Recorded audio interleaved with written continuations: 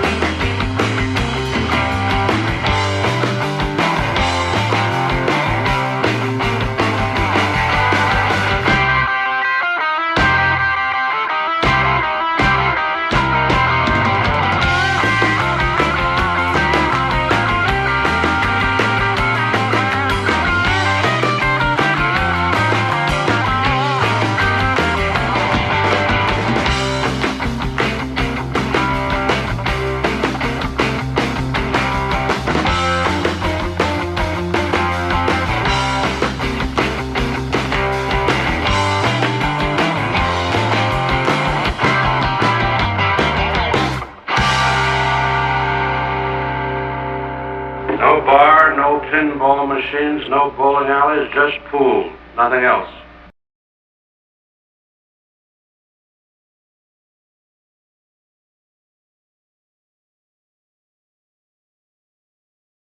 Well, good afternoon. Welcome back to VP4TV. Welcome to Coldest Pillow. We are here, and I'll let you know in a wee minute. We are here for this. It's Winter 9 Ball League Today, Week 5. We will be hopping around the matches for regular updates. Hit that like button and click the bell for notifications. Subscribe to join in the chat. That's what we're here for. It's Week 5 in the Winter 9 Ball League. We, of course, have 4 teams in. Let's look who's playing today. We've got the VP4 Tactical Geniuses up against the 9 Ball Shots and Team Philippines against the Gamblers. As far as the event summary goes, Gamblers are still unbeaten. Played 4, won 4. Tactical Geniuses played 3, won 1. And Team Philippines won 1, lost 3. And the 9 Ball Shots have still to go off the mark. I don't know what other members of the other teams have still to show or whether they're all here. No doubt that will become clear in a minute or two once we get up and running. 28 to 1 horse came in today. What is it? Did you have a bet? You'd have got a few quid out of that if you did. So we are just waiting on those league rooms going up. Don't forget, of course, we'll get more on this weekend. We have the hot seat match in the 10 Ball Virtual World Championship That's tomorrow afternoon my time, 2 p.m, 1400 hours GMT. And that will be 9 a.m. Eastern, 6 a.m. Pacific. If anybody's on the west coast of the States, you're going to have to get up early to join in for that, but it's probably worth getting up early for your breakfast. You could watch the match, then get your breakfast after it, because we've got Spectre Don still trying to win his first major title in VP4 after having done the double last night. 2 weeks in a row again, he's won Friday Night 9 Ball. Who's going to stop him? So the rooms are up. I don't see. Now that is worth a mention. I don't see Bullabog here. What the hell's happened to him? Don't tell me he's jumped ship. He's the captain. I don't see him at all. No. Don't tell me he's disowning his team, is he? It's never a good sign when the captain doesn't show up. I presume now. Again, I haven't looked to see, but let's have a look and see what the lineup was for them. Where the hell are we? Well, he's in as a player, and Houdini and Pectus were both players. And first of all, I don't see. All right, well, Paul's in the chat. Well, you need to get into your room and tell them that you're busy, rather than waiting off. You better get into the room and say, "Look, I'll be a minute."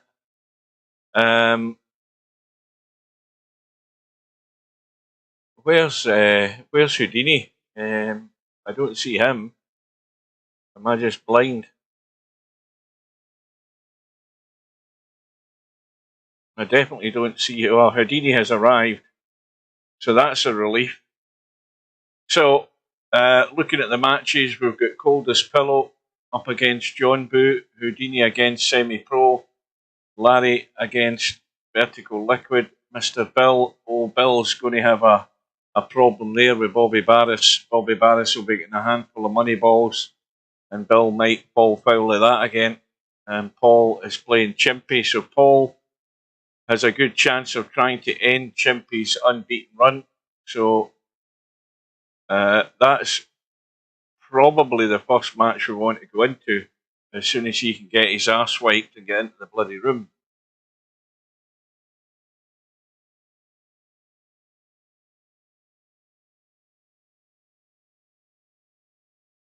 I don't mean for you to wipe his arse, I mean for him to do it himself and get into the room and go on with it. Right, so the only other one to look for is this guy Pectus. I don't see him. Has he arrived yet? I don't see him arriving. Now, again, I presume Paul has sent out contacts to his teammates, and that Pectus would have his notification switched on in his account, because if he doesn't, he won't get the message forwarded by email to his own email address. But I don't see him here. So it looks like Team Philippines are getting stitched up again here. Yeah, I definitely don't see him. I'm looking and looking, try as I might, I can't see him. Not unless Paul's got any other way of contacting him, whether he's on Facebook or whatever, or Twitter or X or whatever the hell it's called. So,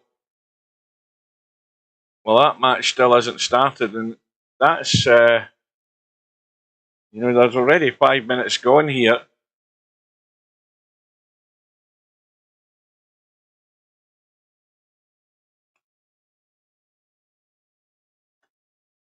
Right, so let's go into first match, Coldest Pillow and John Boot. And this is a scratch match, no handicap.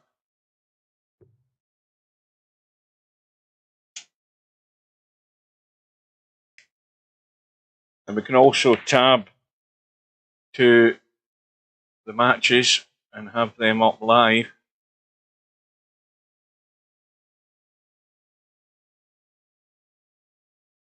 So the Team Philippines and the Gamblers. This is going to stitch us up again. I'm talking about VP4 Tactical Geniuses. We're going to get stitched up this week. I mean, that's twice it's happened against us, where our biggest rivals, the team that are unbeaten, are going to get the bonus of one player not turning up and guaranteed wins. Now, fair enough, we had that last week, but it's twice it's happened to us, by the look of it.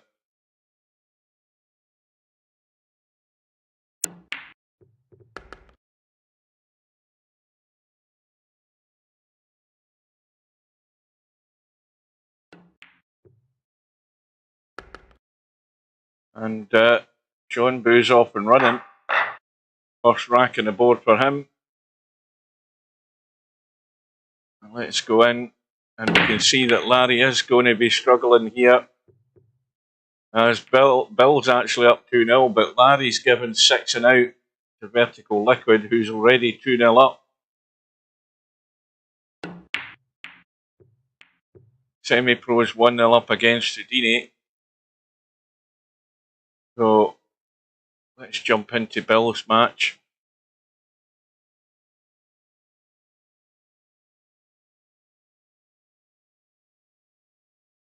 Have I tried halloumi? Is that not a cheese? I don't know what it is. I think it's a cheese. Is it not? I don't know whether it's Greek or something like that or whatever, but no, I've not tried it.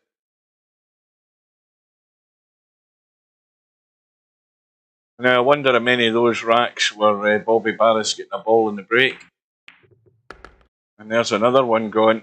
The combo played, and it's now... Oh, I tell a lie, what am I talking about? I'm mixing myself up with Larry's match. That was Bobby Barris getting his first rack on the board.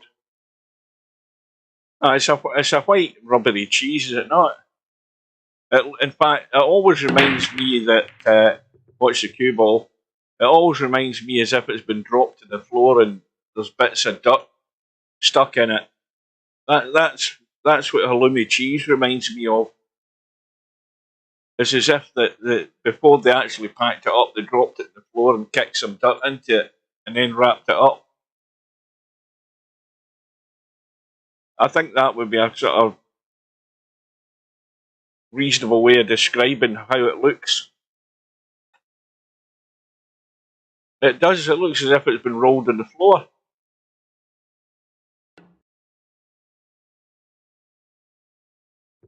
Bill's played the push out. Now, what Bobby Barris doesn't want to do is give Bill any chance of jumping over these balls and potting that one, because he might be trying that. He might be trying to bank the one up the table and keep the cue ball somewhere behind the 4 and 7. But if he doesn't get it tight, Bill will jump over it.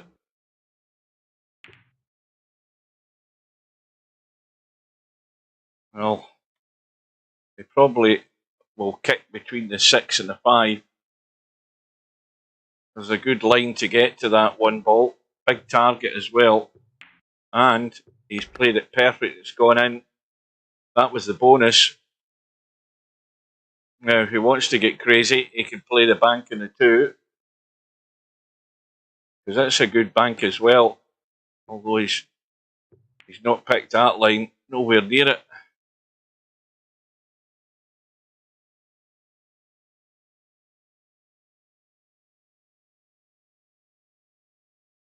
So Paul's really struggling to get reliability in his team. Just cannot get reliability, trustworthy players who will show up, or at least do the decent thing and send a message to say they can't show up. So there's definitely a lack of communication somewhere along the line.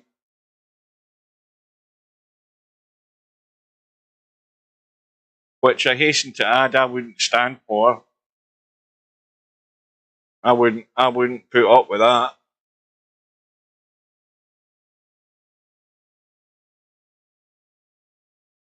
Well, Bobby Barris is titty hooked, as they say.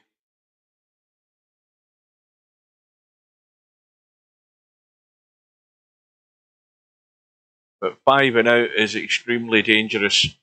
And the way it gets really dangerous is if Bill gives up a rack here and Bobby Barris starts breaking balls, because then it could end up a nightmare. So Bill, with ball in hand, has a good table to get himself a little comfort zone here early on. And we'll have a quick look and see how things are doing. Well, Brainful out sitting there waiting. Pectus looks as if he's going to be a no-show. Semi-Pro's 3-0 up against Houdini. And Chimpy's already 1-0 up against Paul, who's finished wiping his arse. And meanwhile, Larry's still 2-0 down against Vertical Liquid. Coldest Pillow's got himself in front now against John Boot, 2 racks to 1. So I think we need to go in. In fact, Larry's now 3-0 down. We need to go in here and see if we could change the flow. If we can get in, that is, unless the balls are still moving from a break.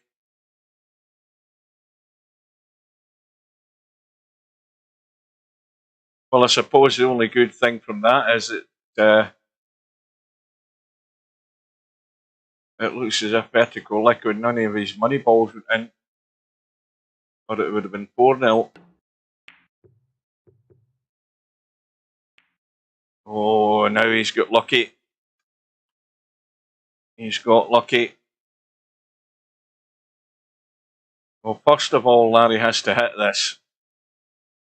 And secondly, he has to get lucky that he doesn't leave anything if he does miss it where it's ball in hand. And it's an easy combo in a money ball.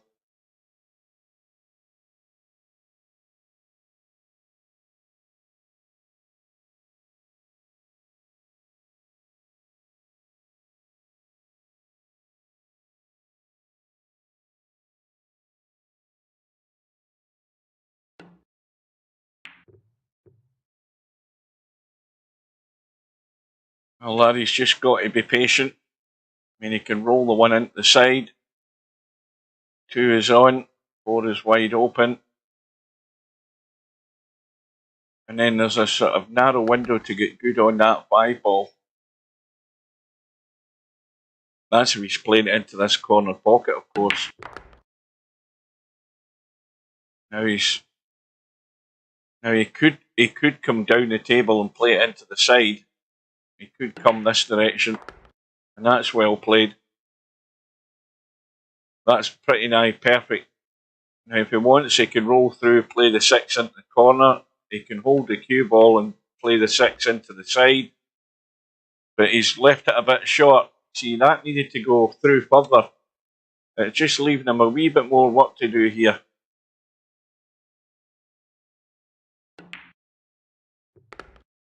And the cue ball wanted to scratch.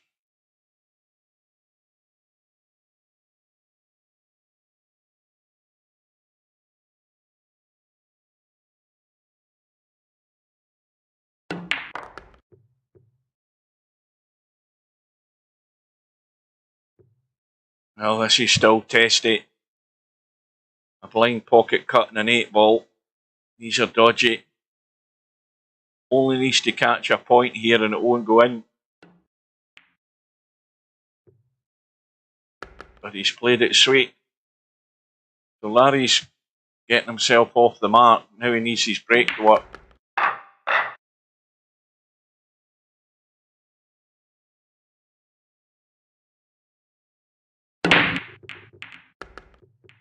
And I think the 9 has gone in. More importantly though, as far as Larry goes, In fact, I forgot that's money ball, isn't it? It's golden break time. Well, I think we're about due one of them.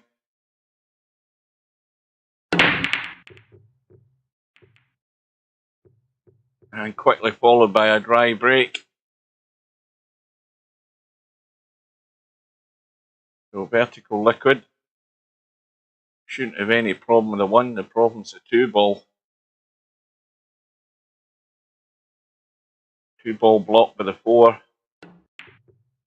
And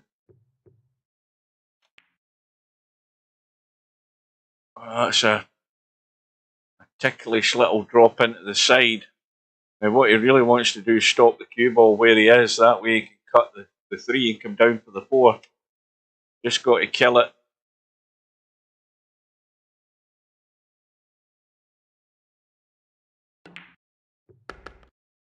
And that's perfect, but this needs a wee bit. I don't know whether you need to put anything on this just to avoid the 5.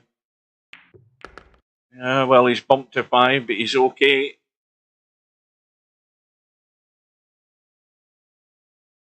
So this is forward and up towards the 8 ball, but he's actually overhit that, and he's maybe going to be hooked. Touch like a sledgehammer, way too heavy.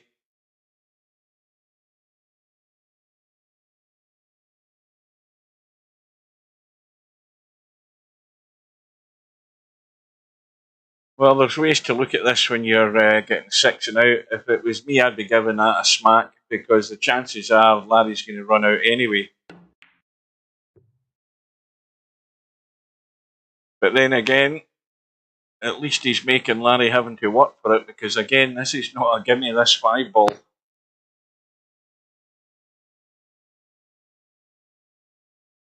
And any mistake here by Larry's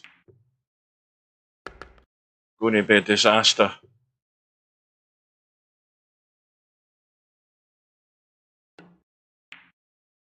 So he's now looking good to be all square in this match. Let's have a quick update. We've got Bill with a rack in the board, still trailing 3-1 against Bobby Barris.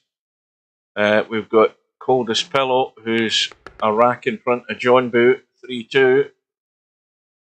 We've got Semi-Pro 5-0 up against Houdini, and that looks as if that's heading one direction.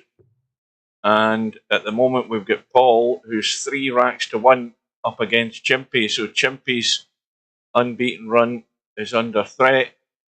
That Pectus match has been forfeited, of course. So the gamblers are already 1-0 up.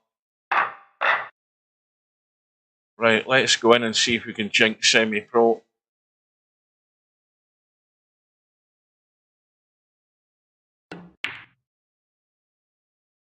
And now what he doesn't want to do there, Houdini, is bump that 5 and 6 ball. That's a fatal mistake if he does that. He starts banging balls around the table.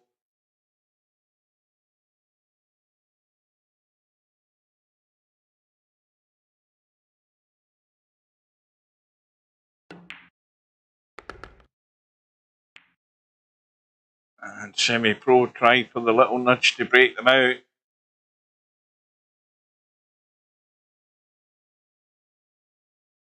And now he's having to kick. There might be a chance, depending how he hits this 5 ball. I mean, this 6 ball isn't set, but it could possibly be made. Well, he's hit it. He's hit the 5 ball, half ball, didn't even move the 6 ball.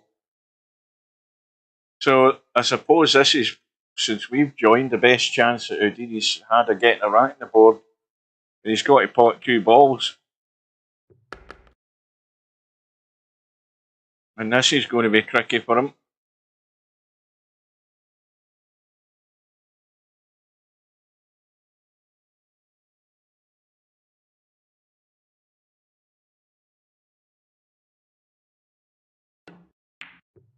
Yeah.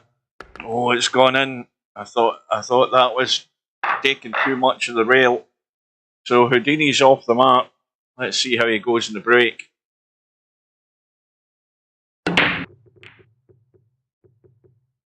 Well, he's coming up dry. That's bad news. And what's worse is he's left the 1 ball on. So Semi-Pro has the table at his mercy. Let's have a quick look around. Chimpy's now got 1 back against Paul. Paul still with the lead. So let's jump down into that match. Good evening to Tam. We're getting stitched up again here, Tam. I mean, it was our turn last week where a player didn't show up in the opposing team. Now the gamblers are getting helped again by Pectus not showing up. So we've been stitched up twice. So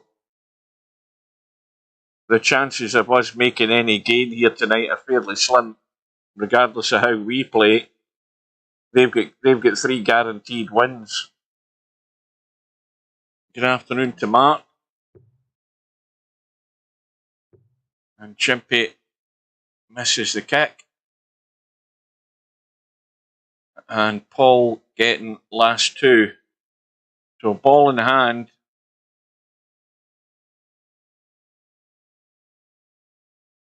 Well, he's playing the 3-6 combo. What he's got to be careful is that now that's perfect. That is perfect the way this 3 ball's landed, because he's got a nice angle to drift up the table. You can sort of partially stun this up the table there.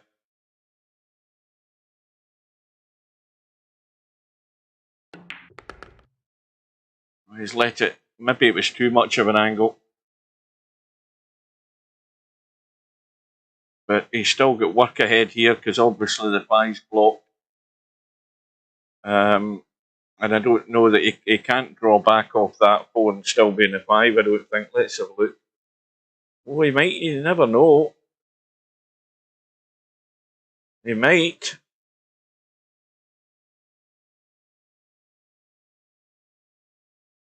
Well, we do have a pool of players. The trouble is all your teammates have to really show up regardless of whether they're playing or not, Tam. You know how we've got a team of 6. You then have to expect all the players to show up. Now, obviously, what I knew is that Matt wasn't going to be here today because he couldn't play last week or this week. So that wouldn't work either. With the best will in the world, it wouldn't work. So Paul has got a nice angle on the 7. Just to drift down here to the bottom rail. Oh, he doesn't want to get near the side pocket. That'd be numptish, that. Oh, God. Oh, dear. Now, again, he's not going to have to hit this hard. He just cut it in. That was almost a disaster there. So, at the moment, Paul with a 2-rack lead. And there's that pattern with the 3 balls from the other side this time. I knew we wouldn't have to wait long. It's there again, and no doubt that 5 ball probably only goes into the side, where the 8 ball's hanging over the, not the 8 ball, the 4 ball's hanging over the side pocket. In fact, that 5 ball looks really weird. I think it does go into the side, but it doesn't go into the corner.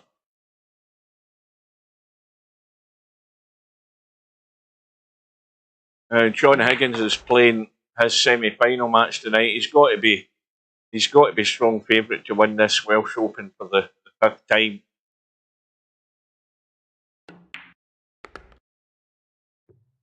So by the time this is finished, that match will be starting. I'll get to watch a fair bit of it before I go to bed. So the 5 ball doesn't go into the corner, and that's poor. That is really poor.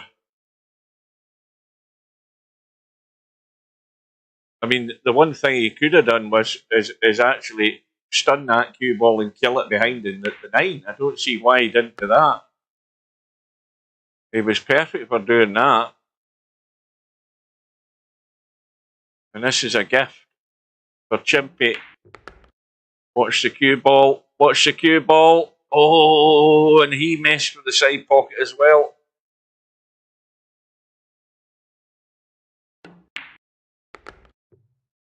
So Chimpy's staying in touch, but that was a really poor thought out shot there by Paul.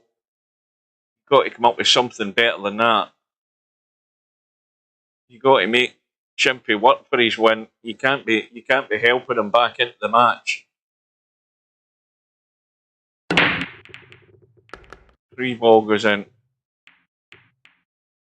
And well, he'll be jumping this and cutting into the side. Let's have an update.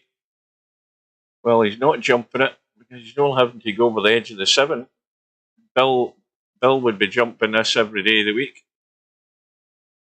Now, I'm trying to remember, have we got jump cues on? I might even have forgot what the bloody rules are in this league. Maybe that's why. Somebody remind me, is jump cues on? Let's have a look. Blah, blah, blah, blah, blah, blah. 3 fill, jump cues off. That's why he isn't jumping.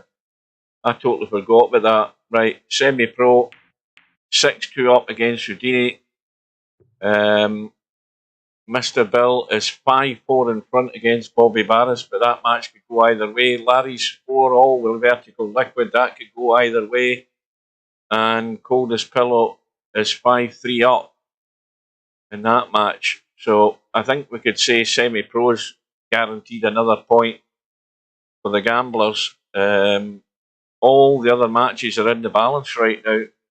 So let's start from top to bottom. Bobby Barris on 5, getting 5 and out. And Bill, well, that was a wise move, cutting that one onto the 5, because that 5 was almost in the pocket, and that would have got dropped in at any time. Need to watch the pace. Need to watch the pace. Well, I think he's just okay.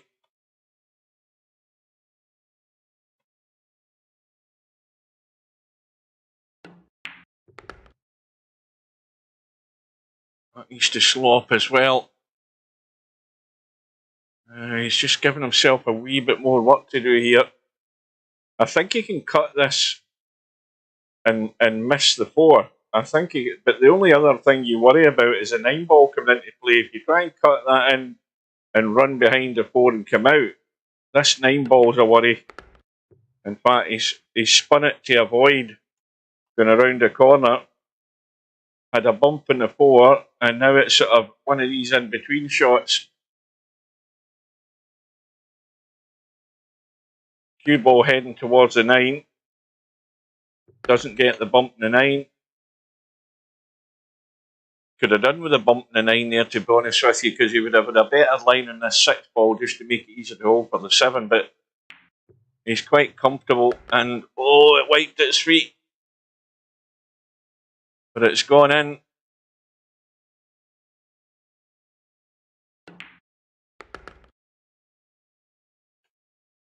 So, Vladimir Putin, his biggest critic has been dealt with eventually. I haven't heard any more information on it, although information is going to be probably hard to confirm what happened to this poor guy.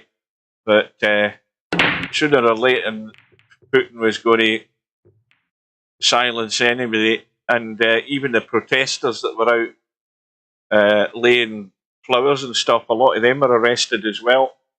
That's how dictators deal with people.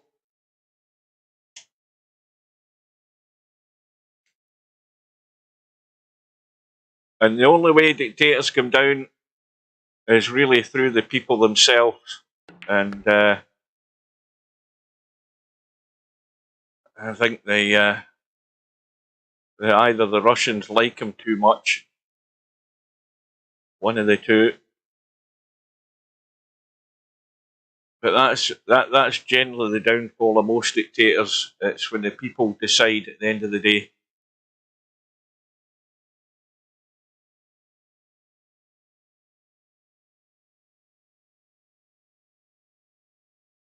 Oh, welcome to Hazard. You showed up for once.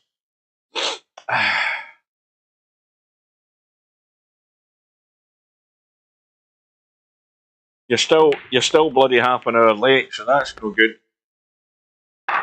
Right, Bobby Barris, that's the type of things that happen. Suddenly it's 6 apiece. And now Bill's got his fingers crossed here that this 5 and out is deadly.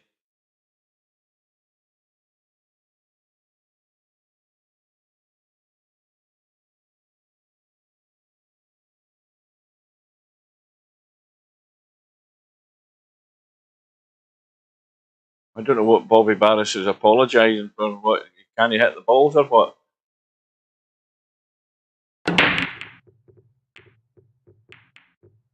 Well, the good news if you're a totally impartial tactical genius team manager is that Bobby Barris came up dry.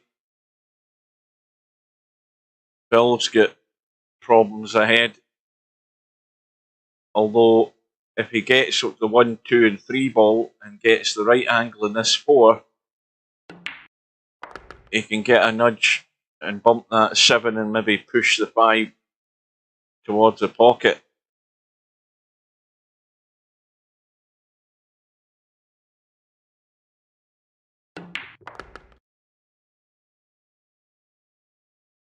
Well, this is tricky because Bill's going to have to tweak this cue ball a wee bit here.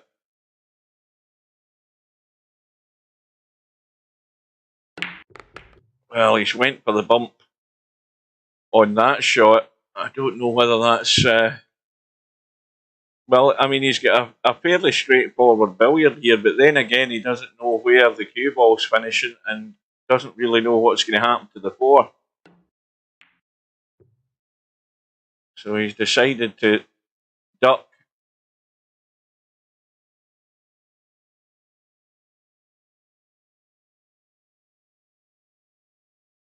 Right, I think it's time we had an update here. We'll see this shot because things may well be getting interesting in these other matches.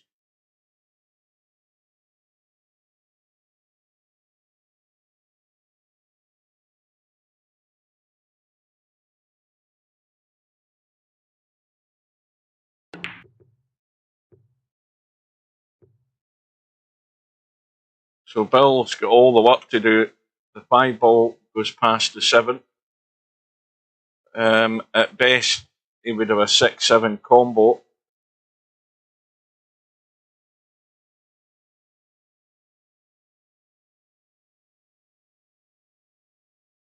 We'll see the end of this rack. We'll have a quick look. 7-4 to Larry now. 7-4 to Coldest Pillow. Semi-Pro's on the hill. That result should be coming through fairly quickly. And Chimpy's got himself in the lead against Paul. So here's the combo as predicted. Once again, it has to go in. Can't leave anything hanging in the pocket.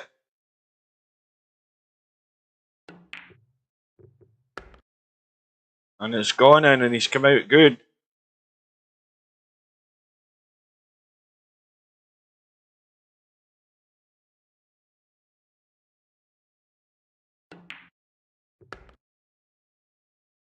So, little nudge in the 8, back into the table for the 9. So we'll give this to Bill. Let's jump down into this match with Paul and Chimpy. Paul at the table. I think my voice is beginning to go.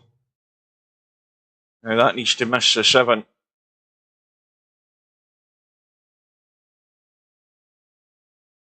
So, go straight forward.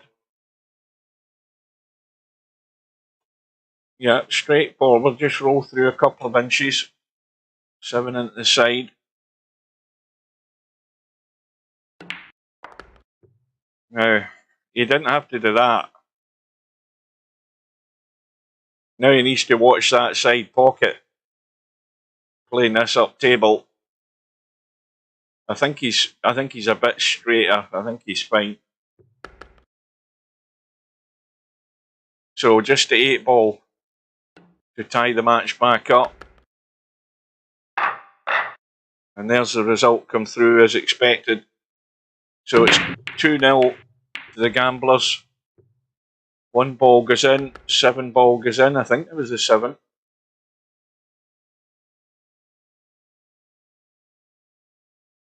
And sitting reasonably good in the 2. Now, tables like this, you've got to take these out.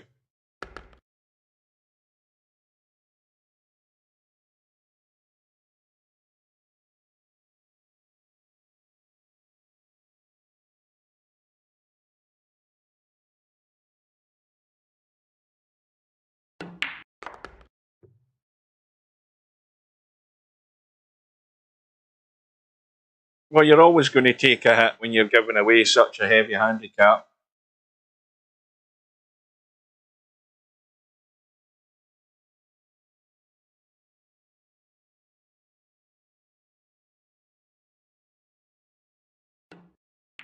But when you are, you've got to be, I mean, you've just got to be ultra careful and try and lock these guys up. And above all, when you make the move to try and win the rack, you can't be making that mistake in amongst the money balls. You do that, that's fatal.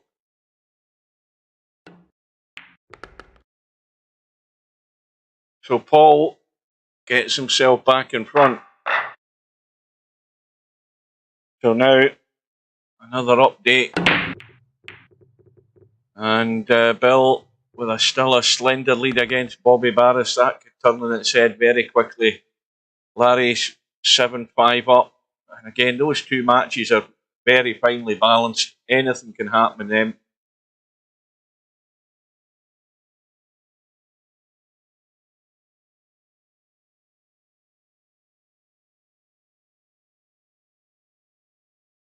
Paul's got the 2 ball. He's had a blast at the 1. Now he needs to get lucky. I suppose that's not too bad, because Chimpy can't get enough of the 1 ball.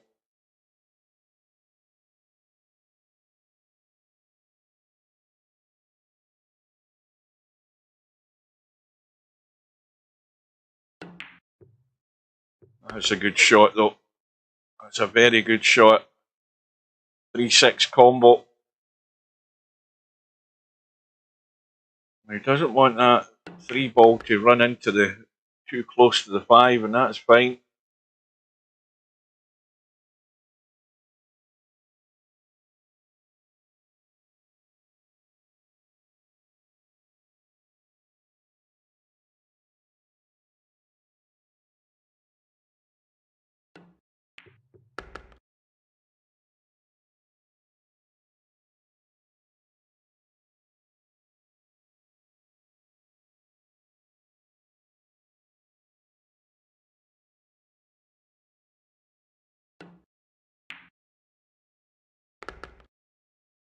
Now, I think he's just left himself enough here. That's pretty tight, but he's just left enough.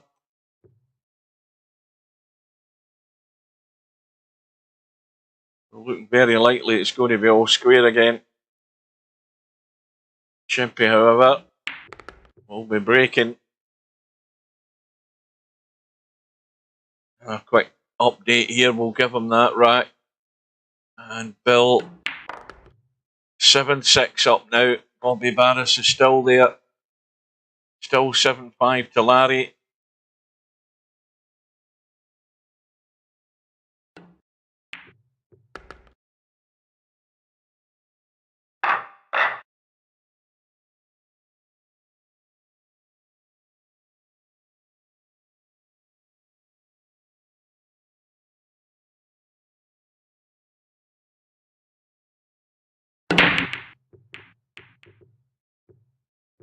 Breaks dry.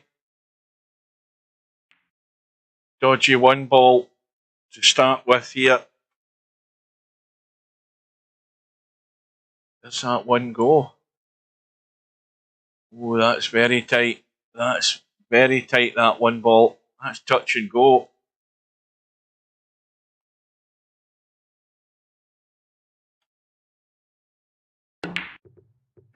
I wasn't convinced that went. And here we go again. This is twice Paul said a go at a 1 ball. Neither of them were easy. That one I don't think went. And in the last rack he did that. It cost him the rack. And this rack could end up heading the same way. But this is a tricky one.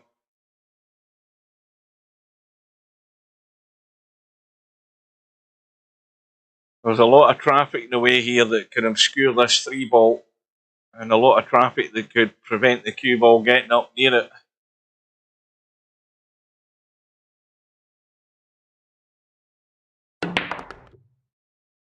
He's missed the 4. He's bumped to 7, and he'll settle for that. That's pretty damn good. So up the table, short rail up top, back into the table. And that's perfect. Perfect pace. Now, the 7 ball isn't blocking the 5 into the other pocket, so he has choices here. Now, the line that he's got, he can come down, he can stun that in and get down. He needs to beat this in though. Yeah, he had to hit it hard. And that's still reasonable enough. And Bill has got over the line by 9 racks to 6. In goes the 5. So two shots that Paul's played are costing him dear. And trying to maintain a lead, and how Chimpy's going to regain the lead here if he can get down onto this 8 ball. He's going to have to work the cue ball a bit though. And that again is pretty perfect. He might be just jacking. I think he's fine. He can brush past the 9, but he's making sure he's going to it rather than taking any risk. I think the cue ball might have been brushing past the 9 if you just hit it plain ball. But you're better to be safe than sorry. So now Chimpy, now he had a dry break the last time. If he can get this break working here, this match could be gone from Paul. 5 ball goes in. And the 8 ball brushes out the way, I think. No, it doesn't. Well, he's got barely half a pocket if he wants to try and smooth this past the 8. That is very, very tight.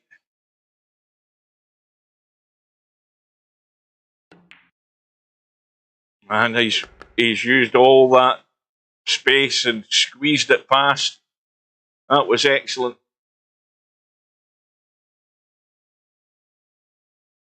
And now only, well, I was going to say the only saviour. I mean, the only sort of problem is the 4 ball, but if he gets half decent in the 3. Now, is he playing it into the side? Got to play this in the side. Run up top and come down.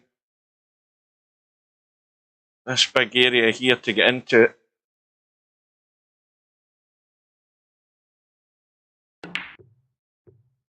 Well, he put English on that, I think. And he would have been no good in the 4. But as it is, he's not left anything easy for Paul now. He can go for the cut, or he can go for the bank. If he goes for the cut, you've got to put left English on this and stun it in and bang it. But I think the 9 ball's in the way for going 3 rails. Well, I don't think he put a lot on it, but has it got the legs? Has it got the legs? That was very well played. I thought that 9 ball was going to be in the way. Now, this is a gentle dink. The 6 ball goes past the 7. He's got to really nursemaid this 4 ball in. Really soft.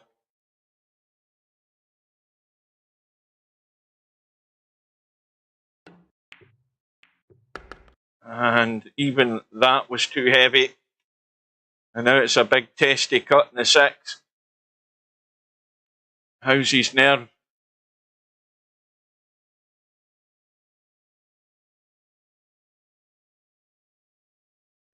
I don't know whether it's my eyes. I'm thinking that's a bit thick. He hasn't got the legs. Now, why was he doing that to try and hold for the 7th?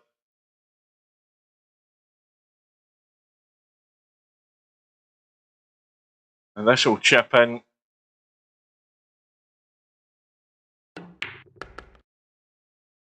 So, the errors are happening at the wrong time for Paul. Chimpy's going to be in the hill. And Paul was in it up to a point, but those 2 attempts and 1 balls, and that attempt at a pot there, he choked out in the shot, and it might well cost him the match. Well, I hope Paul's going to find out what the hell's happened to this Pectus guy now. Was he ever aware he was in the team this week? That's the question I'd be asking.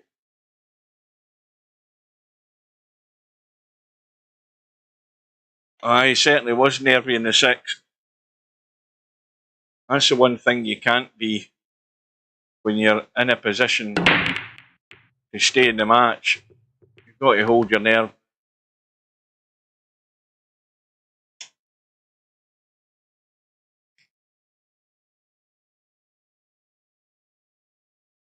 So Chimpy has a couple of balls in the break. Shot in the 1.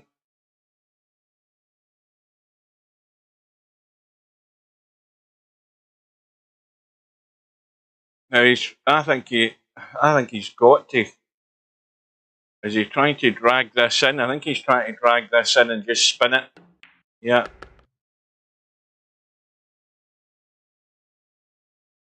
So 5 ball in the middle of the table. He's bound to have a shot on it into some sort of hole somewhere in the table.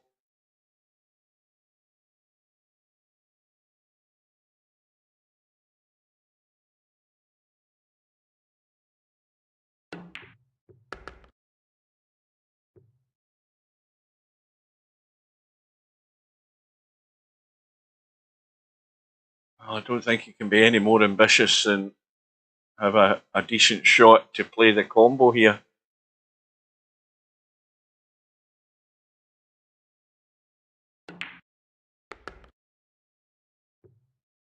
And that's perfect. That's as good as it could probably be. I mean, he could have done with it a wee bit straighter, but that's nitpicky. I mean, that's as good as you'd want it. And the 7 drops in.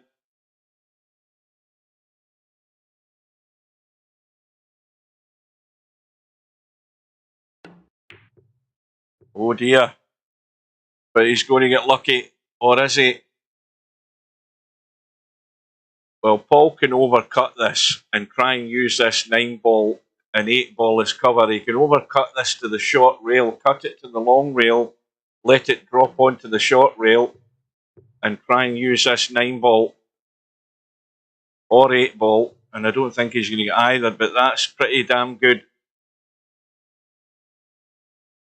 Chimpy's not potting anything from there.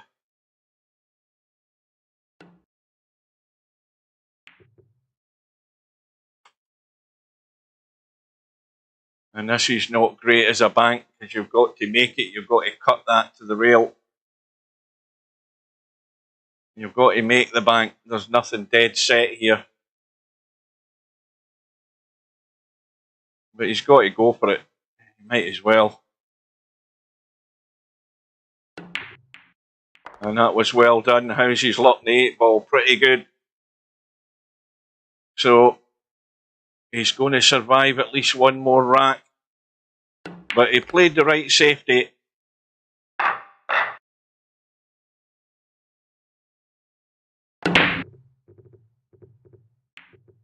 But needs a ball.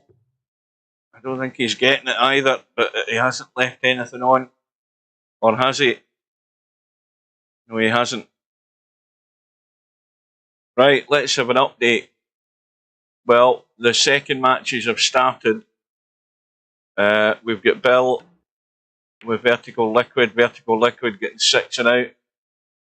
Coldest Pillow is one apiece with Bobby Barris. Bobby Barris getting the 5 ball. Larry 1-0 up against John Boo. And semi-pro, of course, with the forfeit for Pectus. It's now 3-0 to the Gamblers. This is just going to stitch us up even more than what we're already in, regardless of how we do tonight.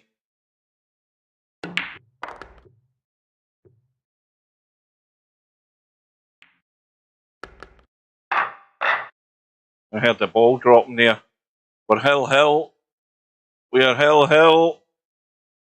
Well, here you go, Paul. You've got your chance you wanted. 6 ball goes in. And, well, he's got the cut in the 1. Now, he's got to make sure that if he goes across to that 4 and 5 in the middle of the table, that he's got enough pace that he's either going to bump them and split through them or move one out of the way. He can't hit it soft. And that's perfect. Now, this is tricky.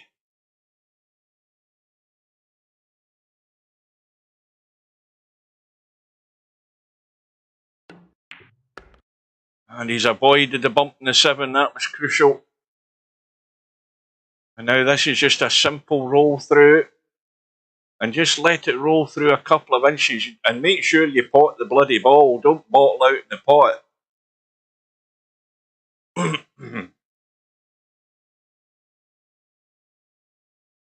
Even if you brush the 8 ball, you're still fine.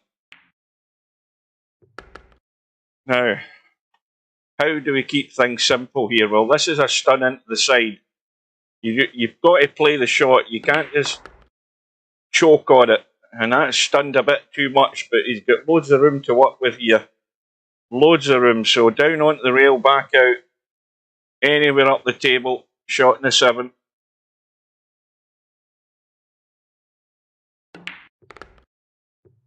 That needs to go further than that, though.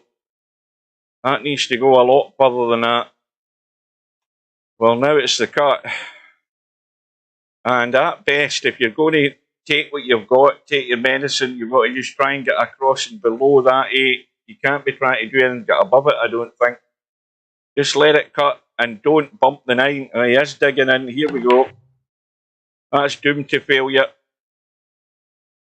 Again, why not take what you've got and just deal with it rather than trying to be crazy? And that's a mistake a lot of players do. You know, to me, if you pot the 7, you can at least come back across the table and get above the short end of that 8 ball and have it down into this corner pocket. And that's the match gone. That's as close as he's come to taking Chimpy out. But in the end, he sold out by trying to do too much. Got to know your limitations.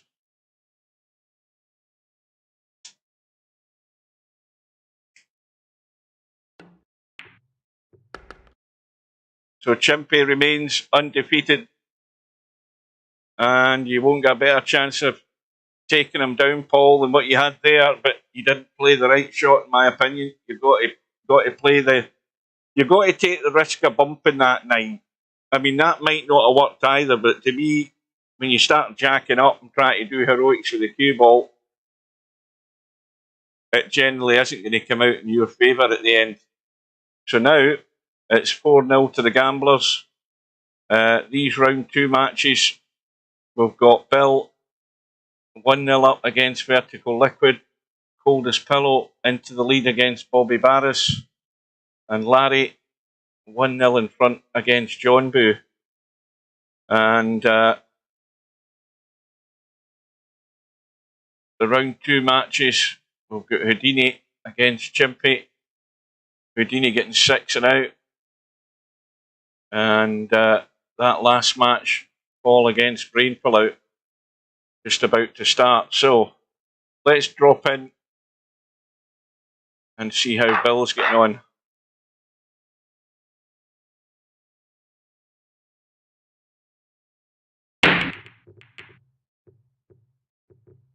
Vertical Liquids broke dry. Cue ball just squirts out past the 9. That's that one go. Right, will go. Well, it did go, but that's actually frozen onto this 5 ball. You see how that cue ball just died there? It's absolutely stuck on that 5 ball. That cue ball just died. You could see by the way the spots just died. And it's absolutely frozen on that 5.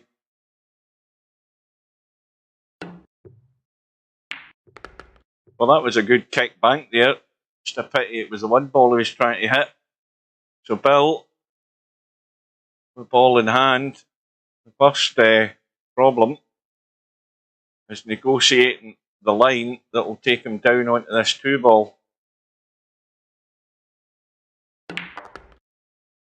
Well, that needs to bump through, and it hasn't. Oh, no. Well, he's got a gap, and he's just looking to bump this up the table. But too much draw in the cue ball. So here's a chance for vertical liquid. Now, I don't think if you stop the cue ball where the 2 is, I don't think you can pot the 3. I don't think you can get enough of that.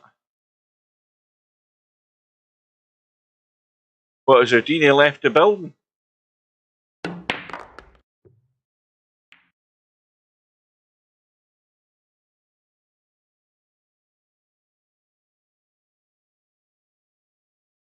Let's have a look.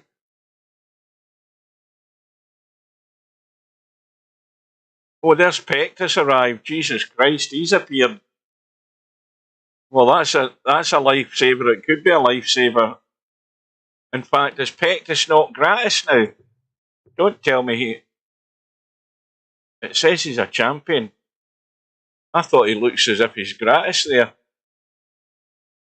He's a bloody player gratis. What a numpty. Oh, for Christ's sake. He's player gratis. He surely can't play his matches now that he's gratis. Because he's not got enough money in his bloody bank account. Oh, for Christ's sake. What are we dealing with here?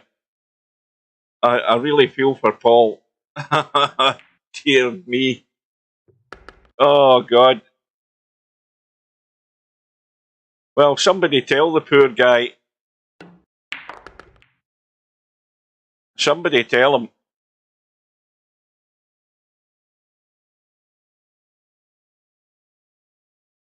I was thinking, and I'm just looking at the colour of his name there, and I'm thinking, that looks a bit greyed out to me. I think he's grass. Right, now, I wasn't actually looking for Pectus. I wasn't expecting him to appear. There's Houdini. Houdini's still here. But, oh, God. Well, is Paul going to buy this guy some $3 and reactivate his account? Well, for the first time, I think I've seen Bill fail big time with a jump shot.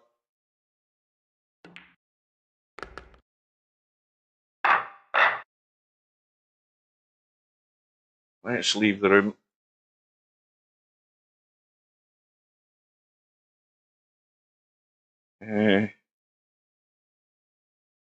If I could bloody tight.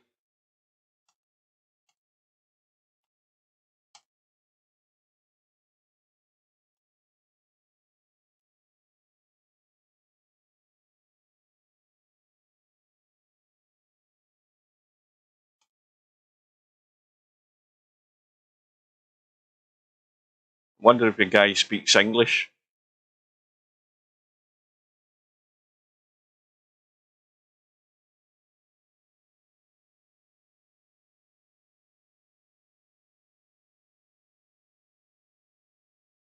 Doesn't look like it.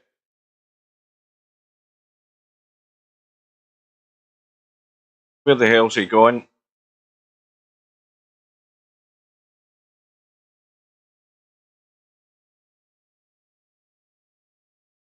Quite look again. No, definitely still player gratis.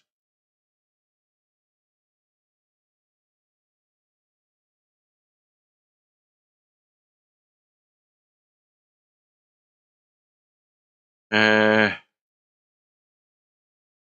what room's Paul in? I wonder if she's going to annoy Paul. I don't know whether Paul's aware of it at all. Hang on.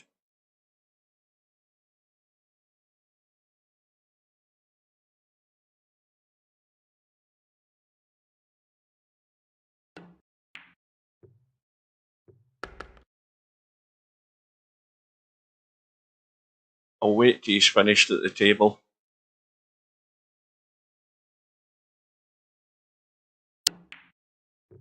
Right.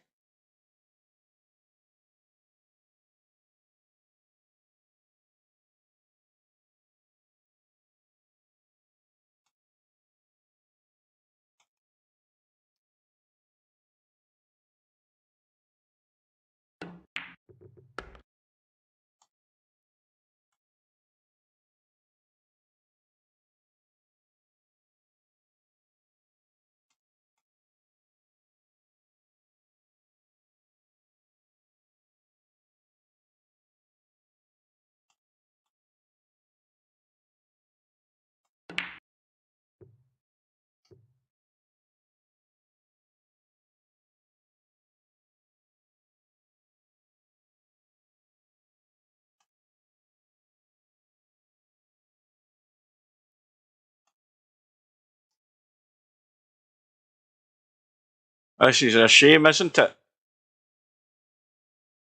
I mean, we had the same bloody problem with what's his name, him that wanted into the team, and then he wasn't prepared to add funds to his account.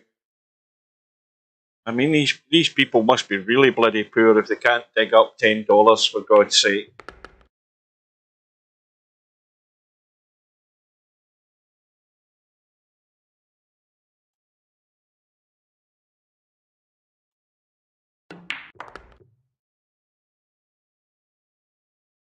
Right, I'm leaving him to it.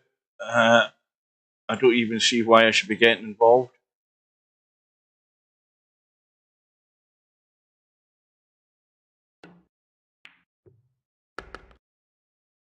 Anyway, it's 3-0 to Brainfill out.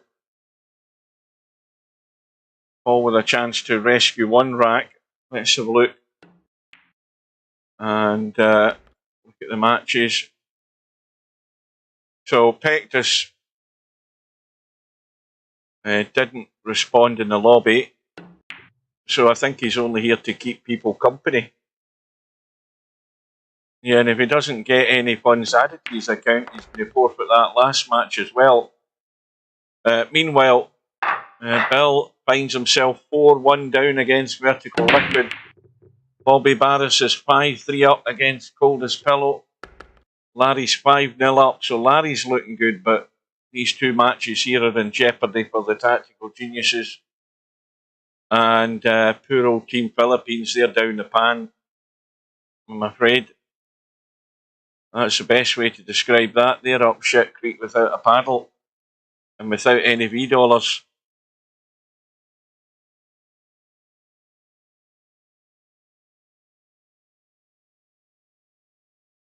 Right, let's go around the houses. Let's see if we can change Bill's fortunes here. Vertical Liquid trying to kick the 9-ball in. This is very tight near that bottom jaw. Now that's going to be a gift for Bill to rescue one rack. Well, Paul obviously has been scratching his head since he looked at his team lineup earlier today. Now, the thing is how long was it that Paul looked at his team and saw that the lineup was invalid for his team tonight? And he's been obviously trying to work out why it was invalid.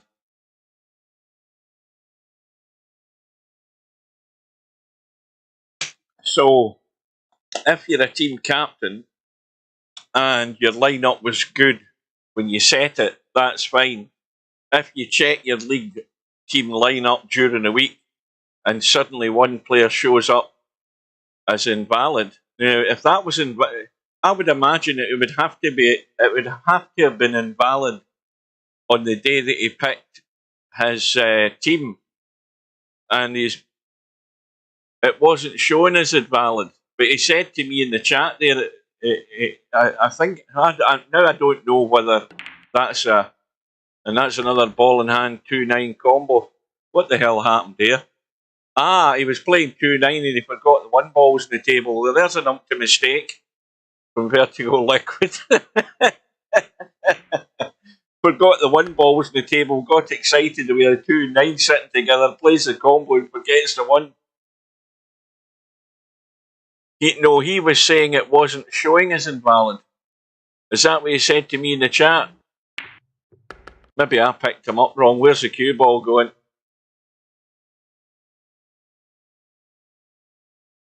See, Paul's English is not that great at times when he types it. So now I'm not sure either way.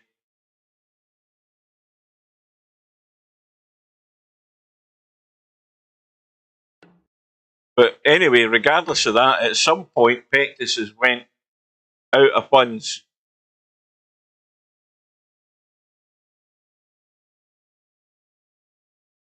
And he's actually had plenty of time to rectify that matter since he's arrived. Because if he had the notion to, he would already have looked at adding funds to his account and rectifying that situation. Now, the question is, I don't think I saw Pectus there in the list of names in the lobby. I'm scrolling up. Everybody there is in a room. And Pectus is still sitting there in the chat, oblivious as to what's going on, apparently.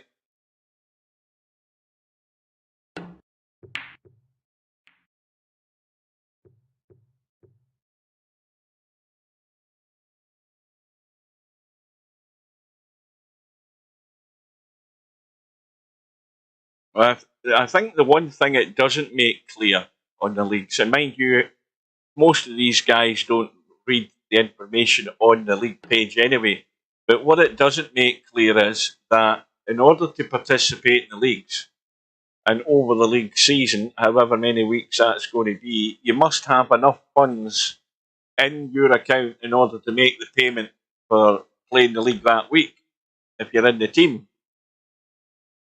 And if you don't have enough money, you're messing up the team and you're wasting people's time as well as your own when you decide to show up an hour late. Well, Bill gets another one on the board.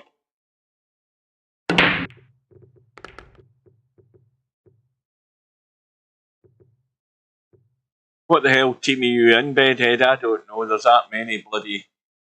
Oh, we've had a right comedy of errors here tonight. You missed that. Pectus didn't show up.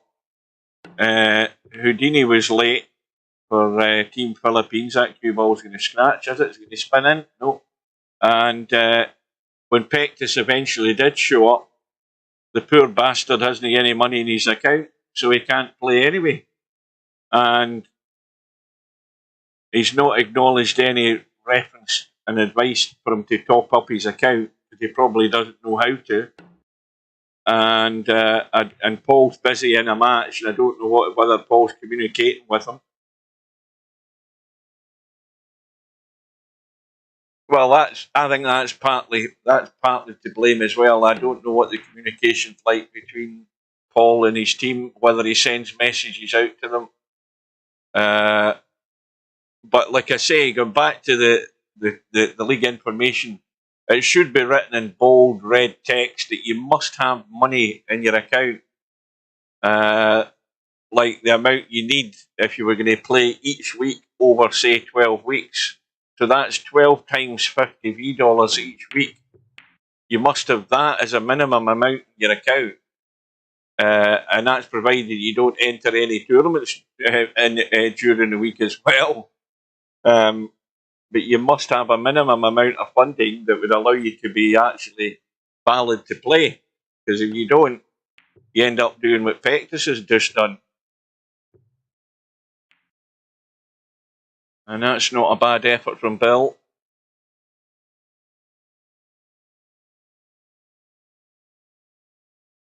Sometimes I begin to wonder whether these Filipinos actually understand one another. Are they all talking a different language?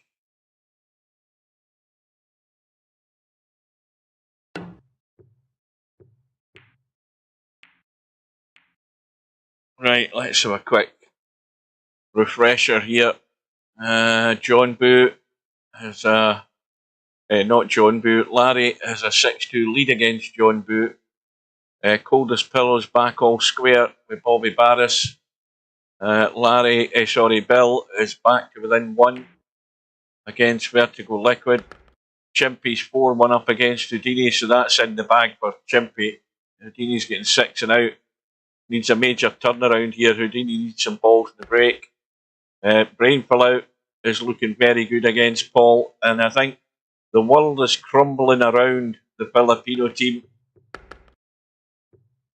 They are in a nightmare here, so they are. I think Paul needs to ditch most of his unreliable players and try and get some other ones in that are more regular and available. I don't know what to do to help the guy. But you've got to have communication. You've got to make sure they've got their money. But this is going to be a blitzkrieg for the Philippines. They'll do well to get a match on the board.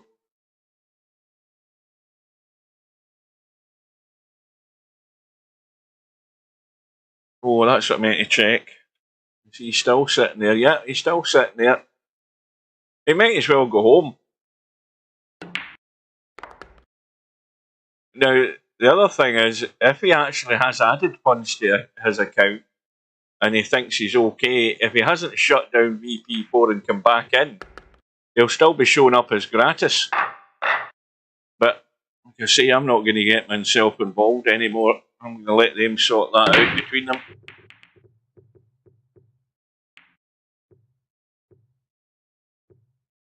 So 4 apiece. Right. I think it's time for a visit to the coldest pillow room. Bobby Barris has the lead. 6 racks to 5. Larry's now looking good against John Boo. 7-3 up. And Bobby Barris, who's getting the 5 ball, is not sitting good in the 4. So there might be a lifeline here for coldest pillow.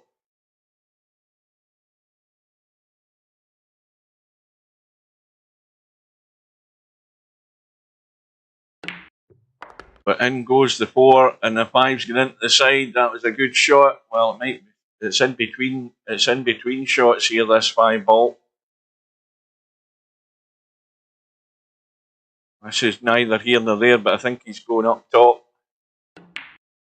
And he's overdone it. And now coldest pillow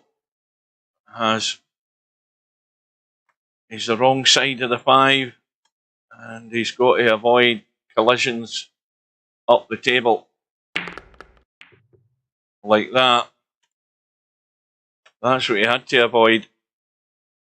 And now, well, the saving grace for coldest pillow is that 5 ball's out the way, so it makes him still the favourite, provided he can keep things tight. Now, sending this 6 ball over towards the 8's not a bad idea. But he hasn't got the length in the cue ball, or has he? Has he? Oh, he has. That little bump on the 9's just done him a big favour.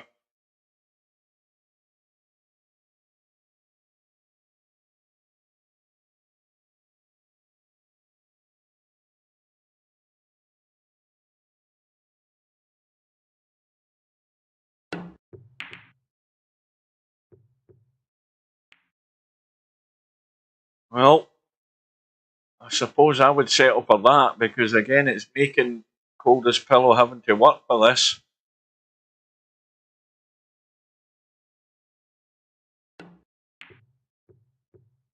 And In goes the 6. And again, another testy 7 ball. Now this is all about pace. Because the cue ball's going to go the right direction, and that's perfect. And again, get yourself high enough on the 9 on this side, or is he playing it soft for the side? That'll do. So he's not gratis now, so he's obviously added funds. Well, that's good news. Let me just tab out and verify that. Where the hell's he went to? Is he still here? Let's just have a quick look.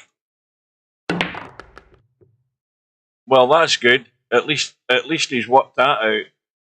I don't know whether Paul helped him or whatever, or he didn't know what to do. But either way, at least he's available for his last match, provided I presume the last match is still to be played, isn't it?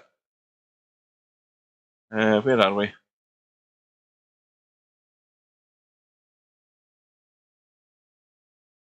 Oh,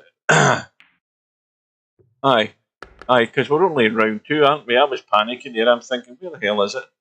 Aye, because he's forfeited those 2 matches, right? So at least he's going to be there to play the 1 match, which is still better than nothing at all. Right, meanwhile, back to business here. 6 apiece. Hold his pillow with a 7 ball into the side.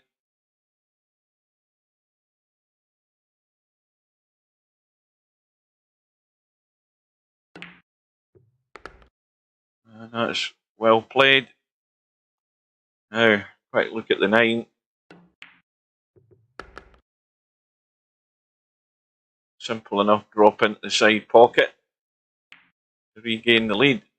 Right, we need to have a quick run around here because I think Bill's got himself in front. Larry's on the hill. And this is a match that's in the balance. The 2 of these matches still in the balance. Houdini is 5-2 down to Chimpy. And Brainful Out is on the hill against Paul. So that looks like another win in the bag for the gamblers in that match. Unless Brainful Out has a brainful out. And unless Houdini can at least win a rack and have the break and maybe win a couple of quick racks with money balls in the break, that match is gone as well. But I think, what will we do here? Well, Bill's now got a 2 rack lead. Larry almost over the line, so I think for the purposes of my interest here, I think we'll stay with this one.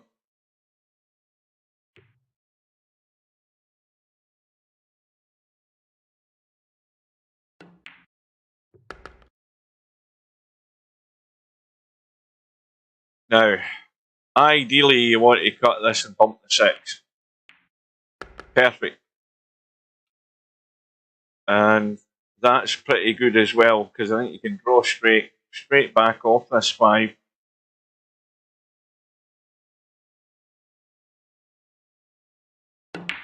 And Brainful Out gets himself over the line against Paul, 9 racks to 4.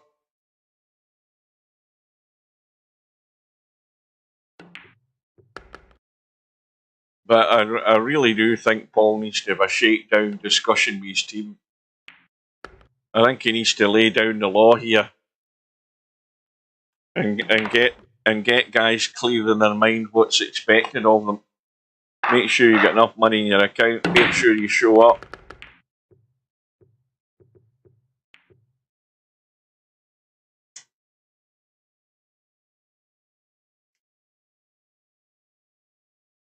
I'm trying to think, was it as bad as this for Team Philippines the first time round? I know they had problems the first time round, but I can't believe it was as bad as this.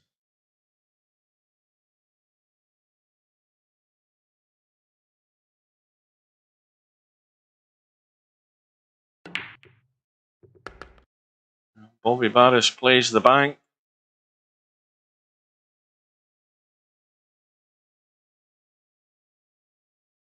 Now he can cut that 2 and get up on to that short rail up top. He's gone all out for it here. He might be having a pop here. Is he? No, he's trying to cut the 3. I thought he was going to have a blast at the 3-5 and hope for the best. And Larry, as expected, has got over the line as well. 9 racks to 3 against John Boo. Bobby Barris has given Coldest Pillow his opportunity to seal the deal here.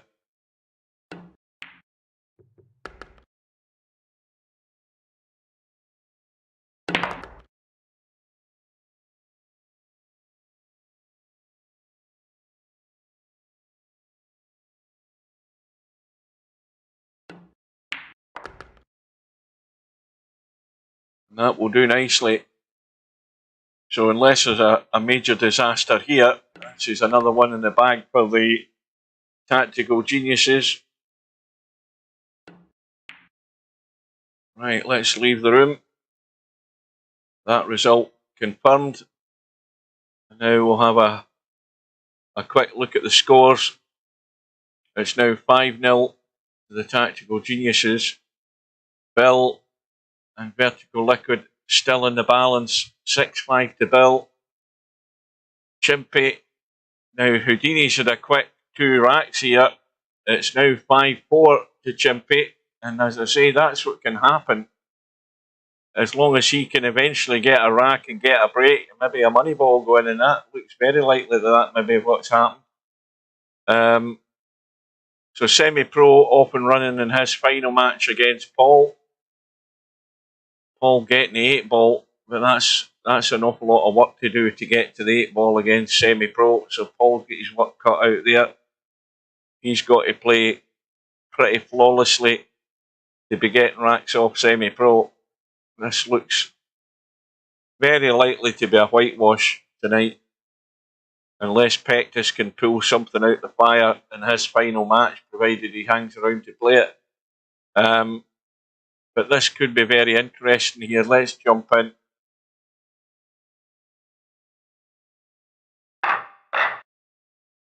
And suddenly it's 5 apiece. Oh, I hope I don't jinx Houdini now that I've been in the room. Should I go back out the room? Now he's had a ball there. What the hell went in? Was that the 8 that went in?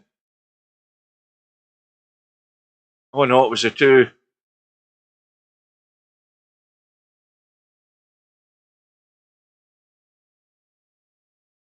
I could try a billiard onto the 7. That was a well played shot. That was tight. And I think suddenly Houdini looks as if he's woke up here.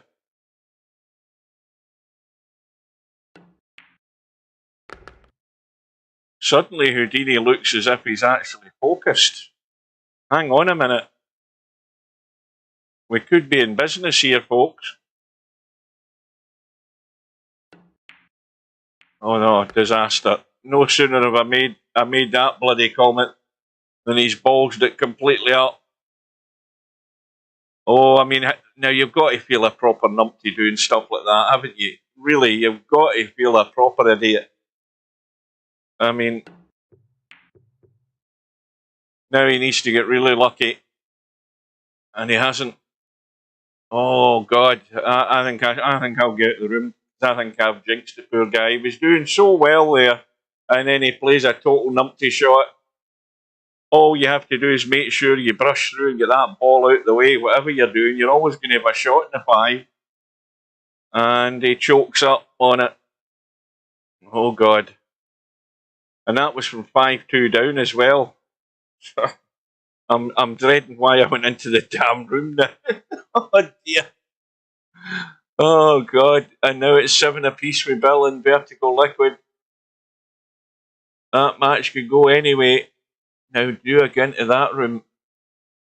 Do I go into that room and risk Jinx and Bill? Larry and Bobby Barris are underway. And Semi-Pro's now 2-0 up against Paul. Well, I'm going to risk it. I'm going to risk it.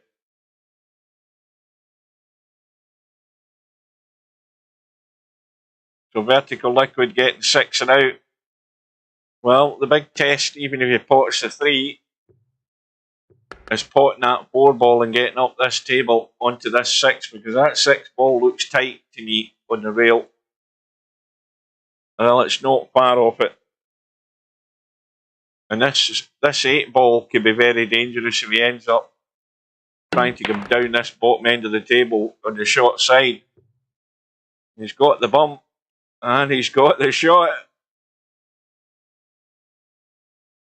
He's got the shot. Loads of room to get to that 6 to cut it. And it's a few millimetres off the rail. And then it goes. And Bill's in trouble. Now he's got his fingers crossed that a money ball doesn't go in. And the odds are not good. But it's dry. And Bill's not got a shot.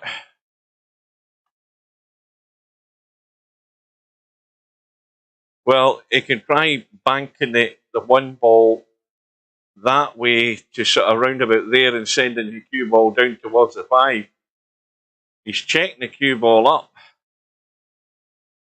Don't tell me he's trying something crazy with the 1 ball here, is he? Yes, he is. What a cut that was. He's going to have to pull something else out here.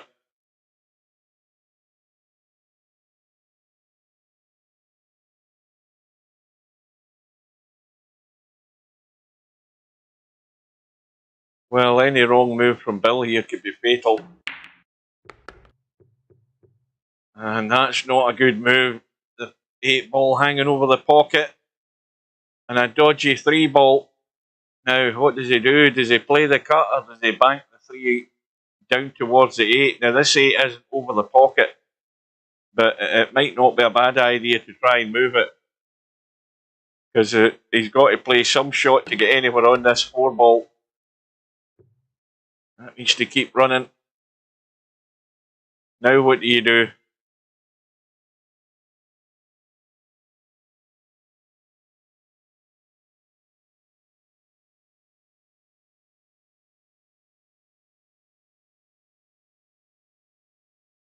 I mean, this 4 ball has to be safe because that 5-8 combo is obviously dead.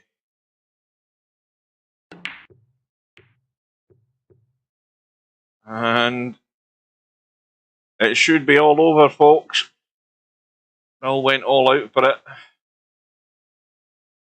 I'm not actually really sure what Bill played there, to be honest with you.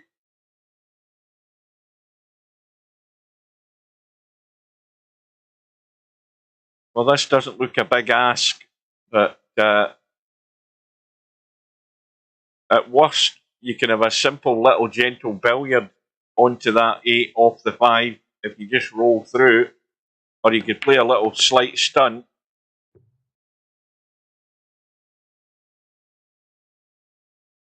You could play a gentle stun. I mean, you just need to brush the 5 and nudge the 8 in. You don't need to slam anything.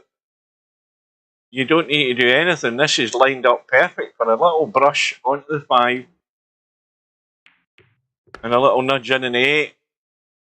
And it's a win for Vertical Liquid. And that's the first win on the board tonight for the 9 ball shots. And meanwhile, Larry's in trouble again. Bobby Barris with 6 and out is already 3-0 up. And Coldest Pillow's about to start his match with Vertical Liquid. And Bill about to start with John Boo. So we need to go in and see if we can jinx Bobby Barris here for Larry. But I don't think we're doing him any help. It's going to be 4-0.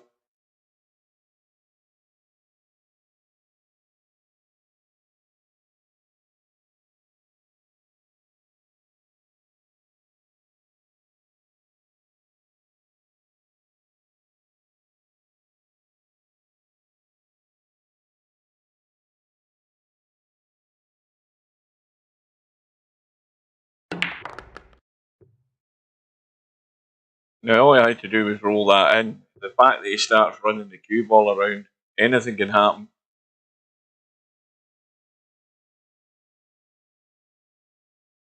Roll it in, go forward, and come back out for the 6th ball, but he sledgehammered it, and he still got the cut. That was very well done.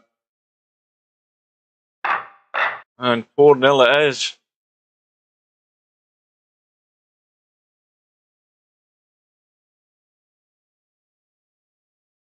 And it could be very quickly 5-0.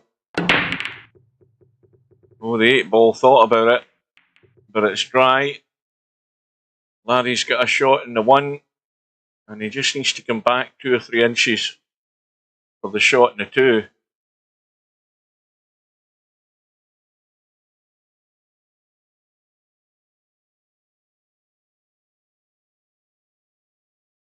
This needs a stun draw, this 1 ball, just to bring the cue ball back 3 or 4 inches to see the 2.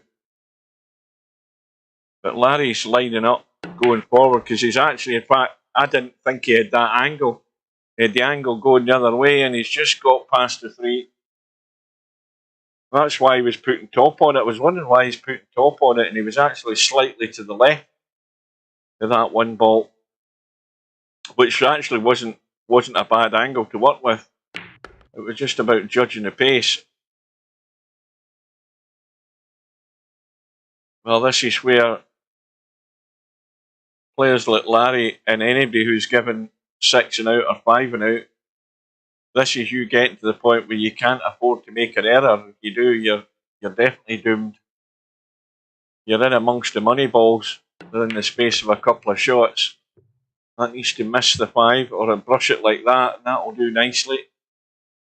Right, let's have a quick update. Semi-pro is 3 apiece now with Paul. So Paul's got himself in the match. And Houdini and Chimpy at 6 and out to Houdini, and Chimpy with a 1-rack lead. Larry's 4-0 down. Vertical Liquids 2-0 up against Cold as Pillow. And John Boo's 1-0 up against Bill. And Larry's about to get on the board. Of course, Larry now needs his break to start working. Try and eat into this deficit fairly sharpish.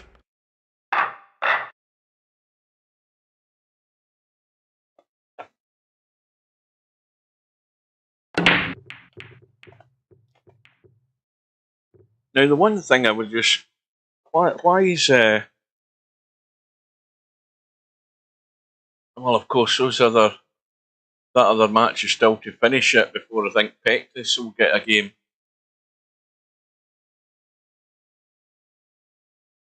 Oh, Houdini's now 7 apiece with Chimpy here. I think we'll bail out and jump into this. We've got to go into this. Is anybody going to take this unbeaten run off Chimpy? Well, Houdini at the moment is in trouble. He is well and truly hooked. I don't think he's getting to the 1 that way.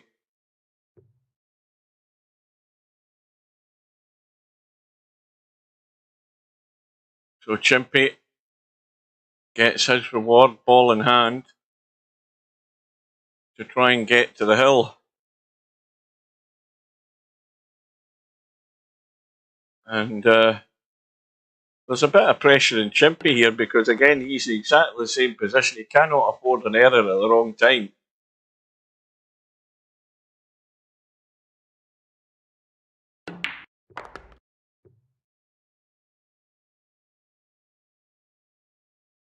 So, tonight we've had 2 players from this Philippine team had a chance to have a go at Chimpy and take away the unbeaten run. One has failed, one has still got a chance. So it's all about from the 6 to the 7. He's got himself a bit straight, but he'll probably just draw up up the table. Up as close to the side pocket as he can get here.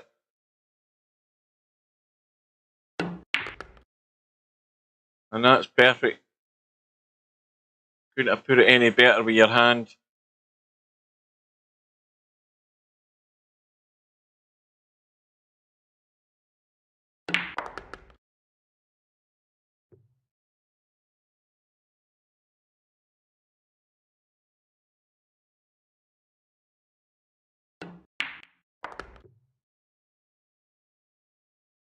Now he's got to cut this 9 into the side, I think, because you don't want to be playing it up table. That side pocket gets in the way.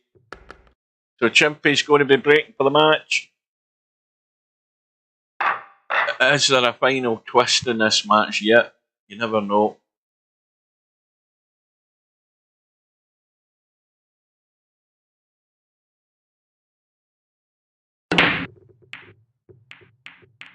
Well, the break looks dry. There's a shot for Houdini. The 1 ball is on, the 2 ball is on. The 3 balls available up table. And his problem's going to be from the 3 to the 4. Although it looks easy, but it all depends on what he leaves himself in the 3. Because then there's problems in how he gets to the 5. So the odds are stacked in Chimpy's favour, even with this table set up.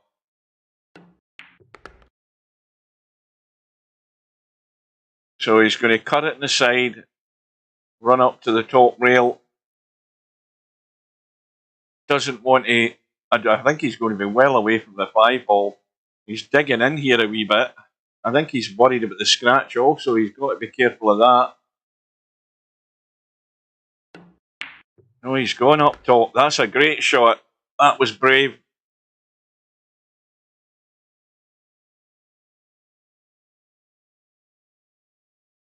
Well, good luck with this one. 5 ball doesn't go past the 9. And if he comes over to that right-hand side, he's dicing with death here. Oh, that's as good as you could get, probably. For an attempt on the 5-9 combo.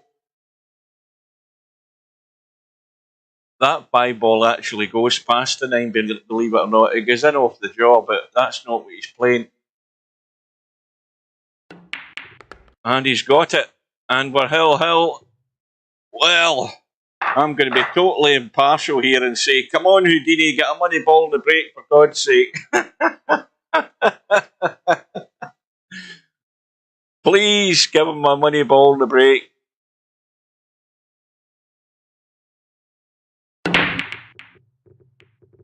Bloody dry. Where's the 6 ball going? Oh, it's gone. It's gone. It has gone, and Chimpy has been defeated. Thank Christ for that. Oh, I hope Chimpy's listened to the stream. I'm glad that's all over. Well done to Houdini. What an escape from Houdini. Got to laugh. Oh, God. Well, I'm sure Chimpy's relieved that's all over. I'm certainly relieved.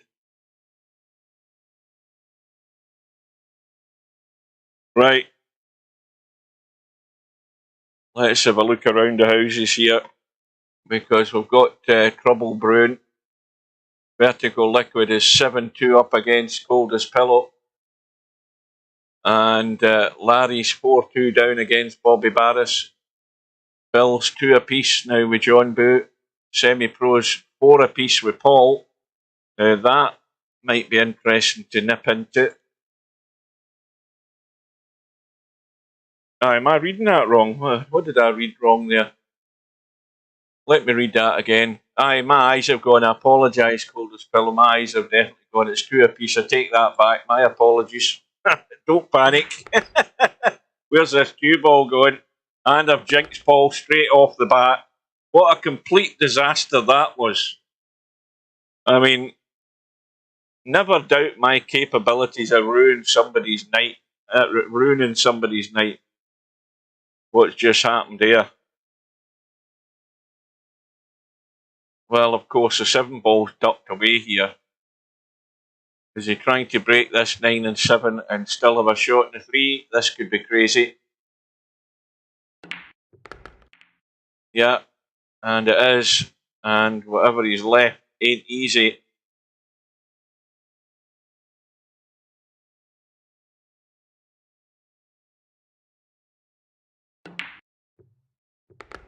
And it's gone in. So once again, there is a lifesaver here for Paul, and it's that 8 ball.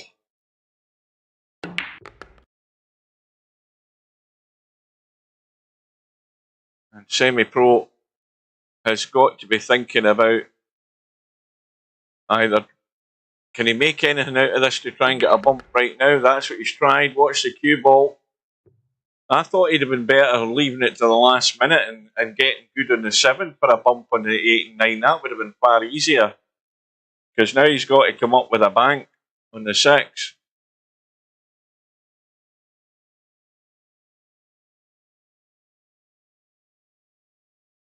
Well, at least we're going to see Pectus playing a match, aren't we? Yeah, he's just about to start with Chimpy. Pectus getting a 7 ball. And Semi-Pro's missed the bank. And now what could be the lifesaver for Paul could be the one thing that will prevent him getting into the lead here. Now, Paul needs to do what I said Semi-Pro should have tried to do there and get across for this 7 ball, spin it in and bump the 8 and 9. Well, he's taking the risk, and that's what you can't be doing. Hit it too soft for a start. Well, Bill would jump this no problem and nick that 7 in. Paul, well, of course you can't. What am I saying about? I keep forgetting that the bloody jump cue's been off. Ignore what I'm talking about here. Well, Bill would do that if he had a jump cue and he could use it.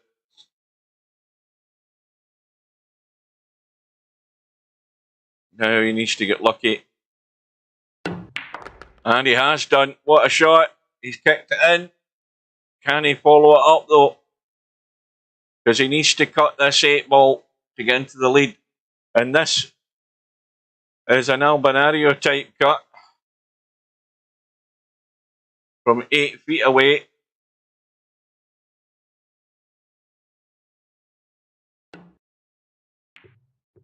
And it's gone in. So Paul has himself in the lead. And how long have we been on? We've been on for an hour and 3/4. It's now just coming up to 7:15. There's that pattern with the 3 balls again. That is just so annoying. There's no way this game should be like that. There's no way that the 9 ball rat should ever be breaking as often as it does with that. In fact, you should never be seeing that at all. The odd rarity you might see that, but not this frequency. I will moan about this until something's done about it. I just don't think enough people are moaning. That's the problem. To me, it's a bug. It's a bug in the game when it's doing that. And the one thing we do know that when the 2 ball is as tight as that on the 9, it's only ever going to go into the side pocket. And I don't know whether Paul had a look at that, because it usually, when it finishes tight, it only ever goes into the side pocket. It doesn't get into the corner pocket. But he got lucky and left Semi-Pro hooked in the 2. And now have been off the hook with that. He's got a tough 2 ball. Nothing to do with the cue ball to get on the 5 though. So he's got the possibility of having a 2 rack lead here. The snooker will be starting about 7 o'clock as well.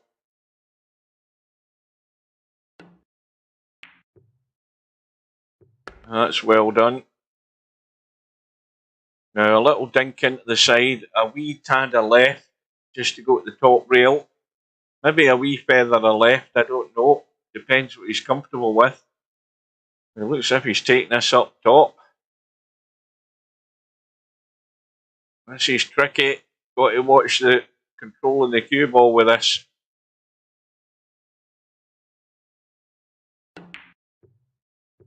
And he's held it well. He's pretty good in the 6 now. Again, the shot is a straightforward stun across for the 8. He's going to bail out though.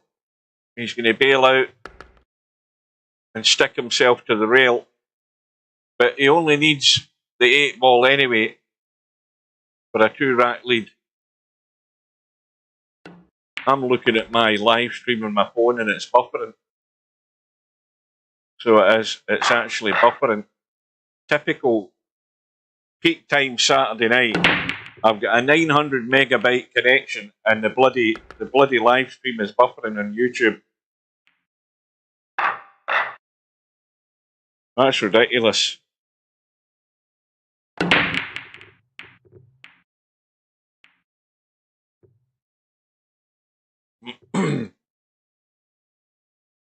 Right, I think we need an update here. At the moment, we've got the Tactical Geniuses 5-1 up in matches, but Coldest Pillow's now got himself some breathing space against Vertical Liquid. He's 5-2 up.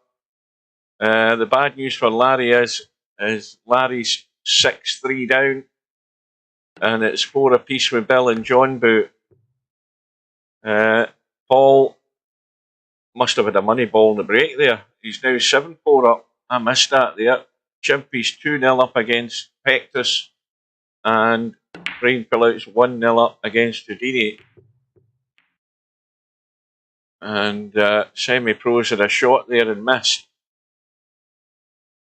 And Paul, if he can squeeze the 3 past the 4, and he's got loads of room to do that, down the table and back out for the 4 into the other side again, probably. I mean, it will go up the table into the corner, but yeah, that's a shot. Now, is he going to go high enough? Yes, he is. Now, this is a little dink in and just go through to the rail. Finishing the short side while he's digging in to come back the way. I don't know that I would have played that. Problem here is he's got to get a hold of the cue ball and try and get this line onto the rail for as straight as he can in this 6 ball. He needs to slow up. Well, I don't believe he's trying to dink that in the side, is he? Got to cut that up the rail.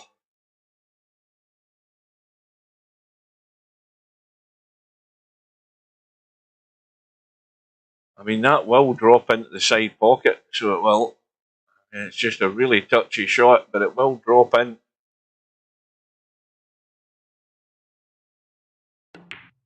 But he's played it well, cut it clean up the rail, and well, just stop the cue ball stone dead, and you'll get the 8 ball into the other corner pocket. He's wanting to go forward and out to the right here. It needs to run, and that will do. And he's on the hill. So Paul trying to rescue a point for Team Philippines and breaking for the match.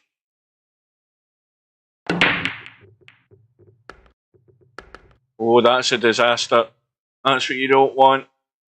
Scratch the break and a wide open table for Semi-Pro to try and get himself back into this match. Let's have a run around here.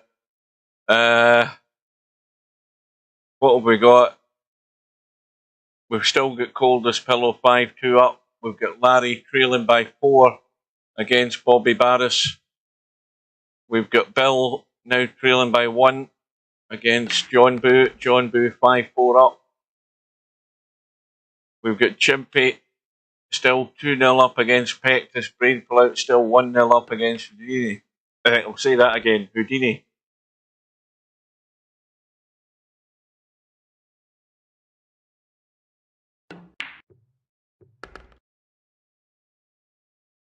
Semi-Pro should be good to get at least one back here.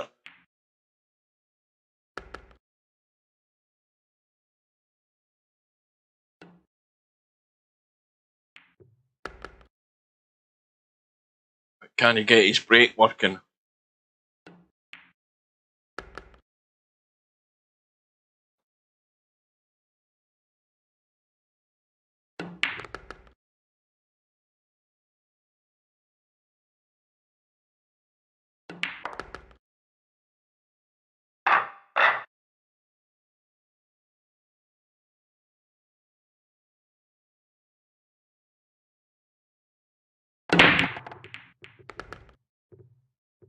Well, balls have gone in. I think the problem's the one ball. Yeah, he's going to have to manufacture something here. The 3 ball went in the brake, and this isn't easy.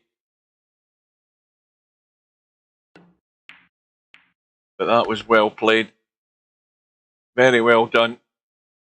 Now, 2 ball does go past the 5. If that's all he wants to do and just dink across. But he might be. He's making sure he's trying to avoid stuff here. That's what he's doing. Yeah. That was also well played.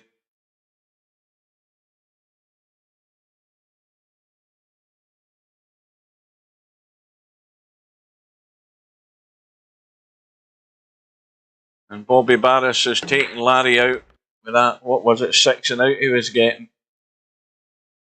So the 9 ball shots have got 2 matches on the board. Aye, 6 and out. It's always a struggle against that with money balls to break.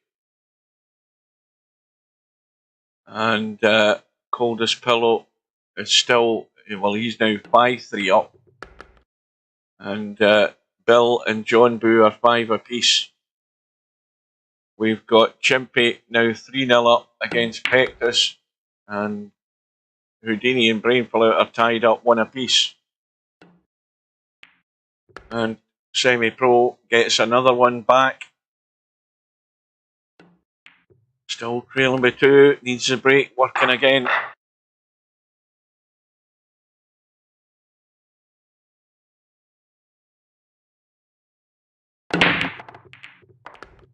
Well, the ball has gone in. And he's going to have to jump the 9. And the other problem is, in fact, yeah, he can jump the edge of the 9. In fact, he doesn't need to jump the 9. But it's tight into the side, very tight. He tried to use most of the pocket. And he may well get away with that. I mean, that 1 ball and this way the 6 ball line, that 1 ball could possibly cheat the pocket. You can't touch any of the 6 though, but you've got to go close to it, and that's well played. Problem with that is that he was never going to be good in the 3. And what's happened to Paul? Is he disconnected? Nope, he's there. I thought he'd gone.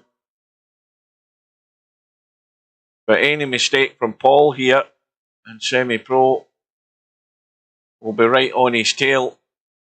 Now he could try and get cute here and nick in behind that 4 ball, send the 3 ball up the table, but he might be going all out for the pot.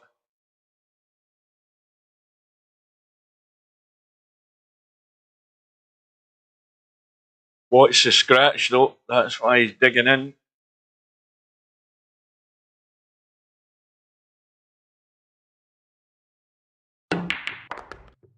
Now how's his luck?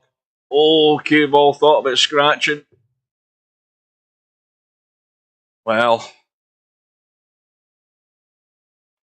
he's got a blind cut combo for the 4-6.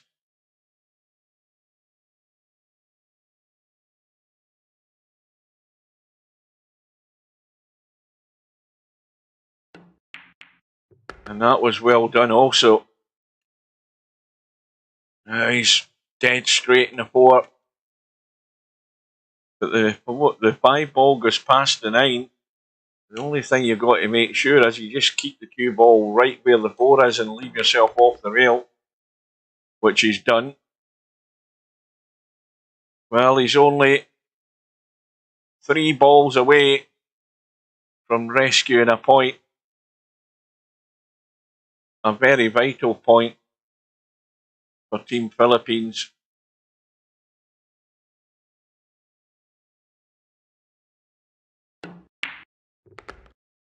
And the cue ball's coming down nice. It just needs to keep coming. Well, he can dink this in and just hold the cue ball. He's running forward though, but I'm sure he can just nip this in and hold the cue ball. Even at that angle, I think he can nip it in and hold it. Well, he's got to get high enough, whatever he decides to do, and that will do. So I'm giving this to Paul. A very vital win. Every point counts for Team Philippines. So that's a good result. Held his nerve in a 9-6 win against Semi-Pro. Let's see. It doesn't make good reading, but it's the second point of the night for Team Philippines. They're now trailing by 5 matches to 2. And Chimpy's now 5-0 up against Pectus, so I think Chimpy's unbeaten run will start again. And Houdini's now 2-1 up against Brainfill Out. So the third matches are not quite complete for the Tactical Geniuses and the 9-ball shots, but we've got 2 matches. One certainly in the balance. Bill and John Boo at 6 apiece. Coldest Pillows looking good at the moment with a 6-3 lead. So let's go in and see if I can jinx Bill.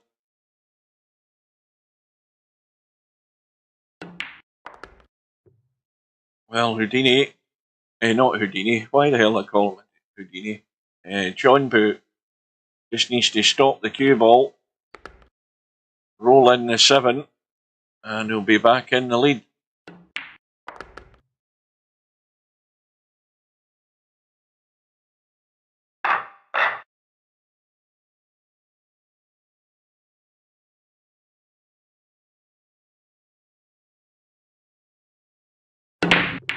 There's that pattern again. Although I think they're spaced apart slightly this time. Yeah. You've got those 2 balls locked that way. Again, the 7 ball goes into the side, but it doesn't go anywhere else.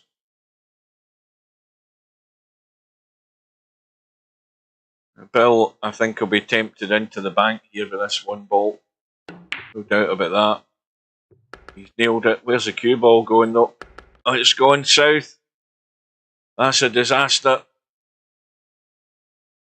So ball in hand for John Boo.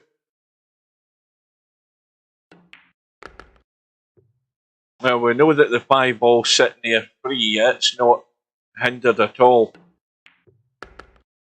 And the cue ball's going to be okay. And that's pretty good. So, if John Boo has looked around it, he should know that that 7 ball only goes into the side. So, the angle that he's got, he can nick this 6 ball in and come back if he's got the control to do it. It might be too much of an angle, to be honest with you, but that's at least what he's got to try here, because that 7 ball isn't going into the corner. And he's played for a bump, and it couldn't have worked out any better than that. That's perfect. That has worked out perfect. And he's going to be in the hill.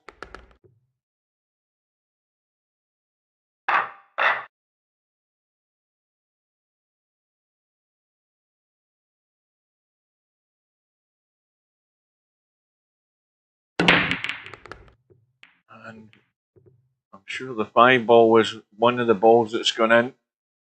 That 8 ball sitting there, very dangerous. But there only was 1 ball in, and I thought more of it in. 2 balls locked away. Oh, and John Boo having a slam. Well, all he's done there is opened up the 2 ball. for Bill.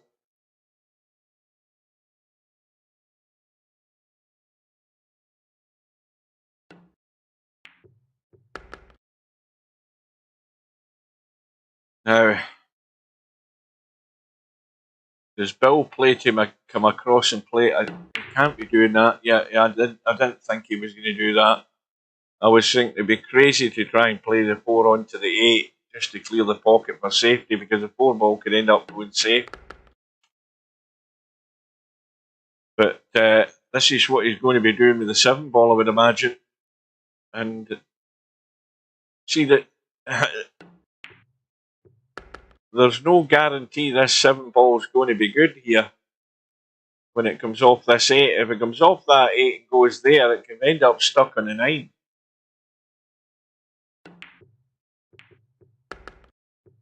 Well, that's landed very nicely indeed. If the fact that the 7 ball stayed in the table, he's got to be careful. That's right in the pocket.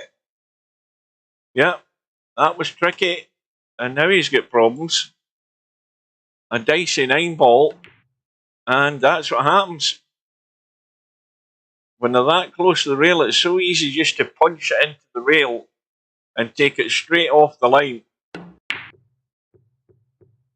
John Boo having a go at the bank, and this is going to maybe end up in the middle of the table, and a dodgy cut for Bill.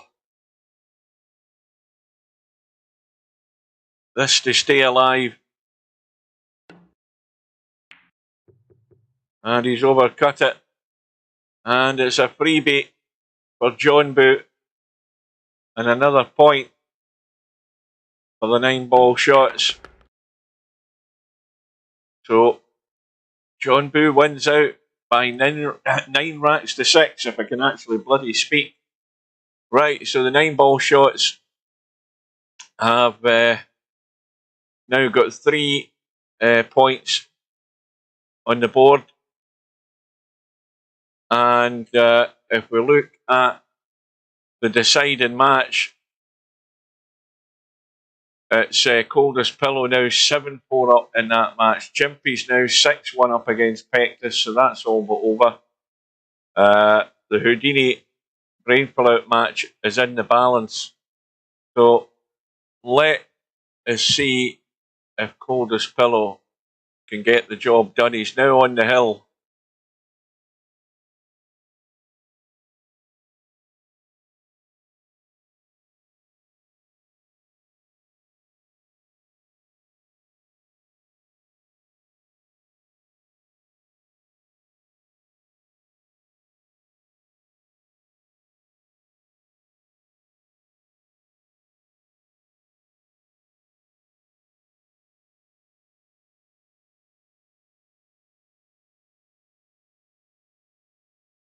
Vertigo Liquids impeded a bit with that 6 ball.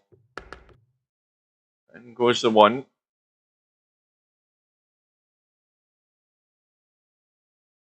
Not exactly perfect in the 2.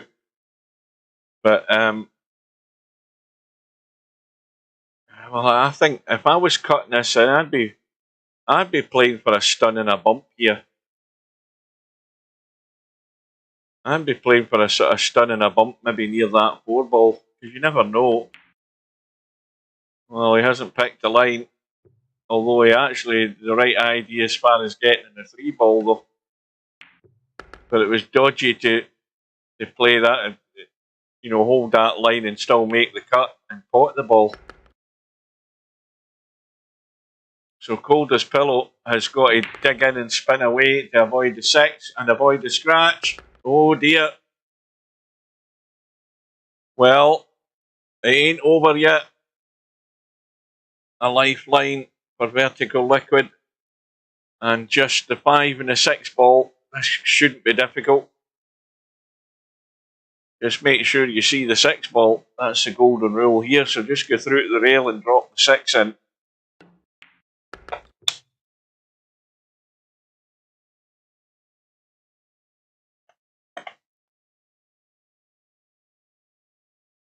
It ain't over till it's over.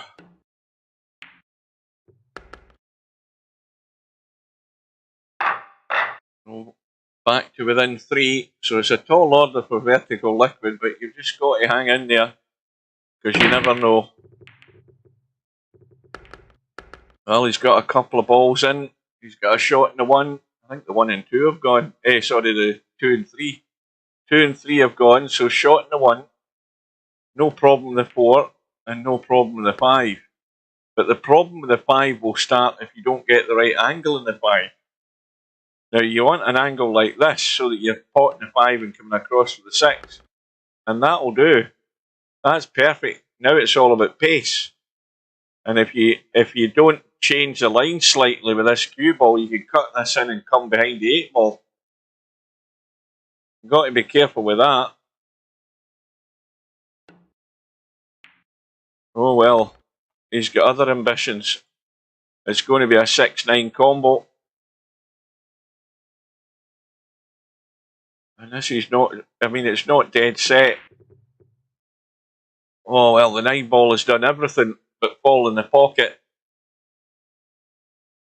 And, would you believe it, he gets lucky. And that's why I'm saying you just have to hang in here, because anything can happen. Cold as pillows had a blast. Oh! Hoping to get lucky there as well. But that 9 is so tight in the pocket, it's actually in behind the jaw. Look at that. That's why that ball could go around the rail there and not even hit the 9. Well, the danger is playing the billiard onto the 9 here, because you could easily follow this 9 in. But when you play it like that, it gives every chance of the 9 just dropping in and keeping the cue ball out. That was well played. And it's still not over.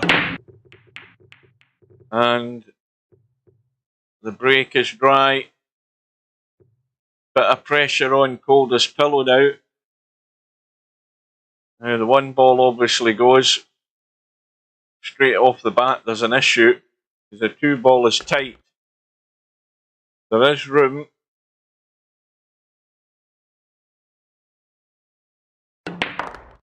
And he's actually caught that 3 ball, and how the 2 ball still went in, I do not know. I mean, that's taken a big chunk of the 3 ball, and the 2 ball still went into the hole. And here we go. Well, that might be the lifeline for Cold as Pillow, where that 6 and 7 have finished. But I think the 6 and 7 aren't quite, no, they're not set.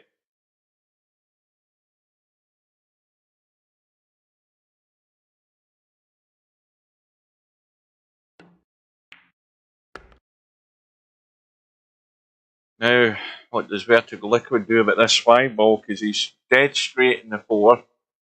Just stop the cue ball where he is. Now, could have done with stopping it a wee bit straighter so that you can run forward, miss the 6 and 7 and come across if you want to leave the combo.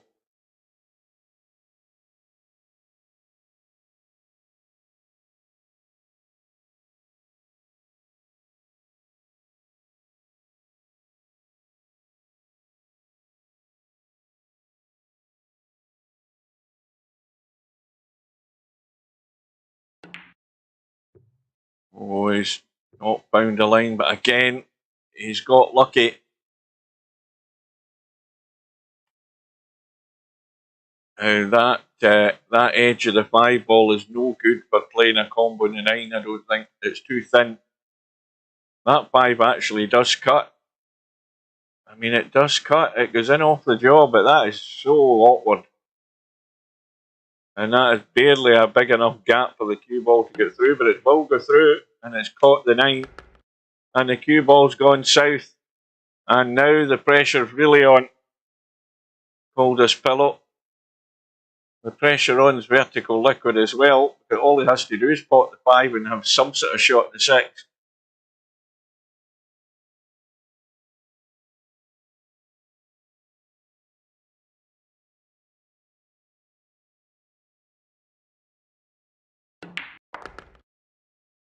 And that will do. And all of a sudden, Vertical Liquid's breathing down Cold as Pillow's neck here.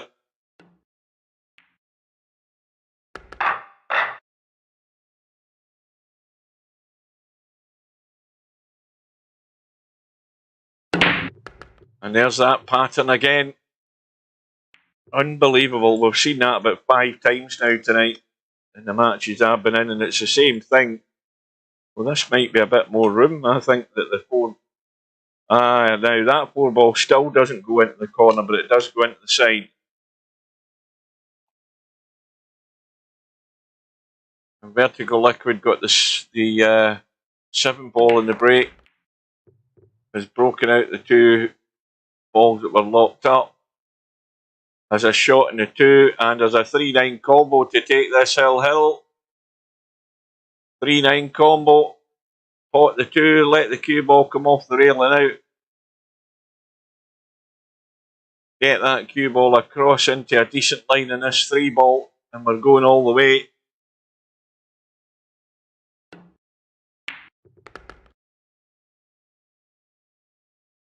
That'll do. Well, this is almost unmissable.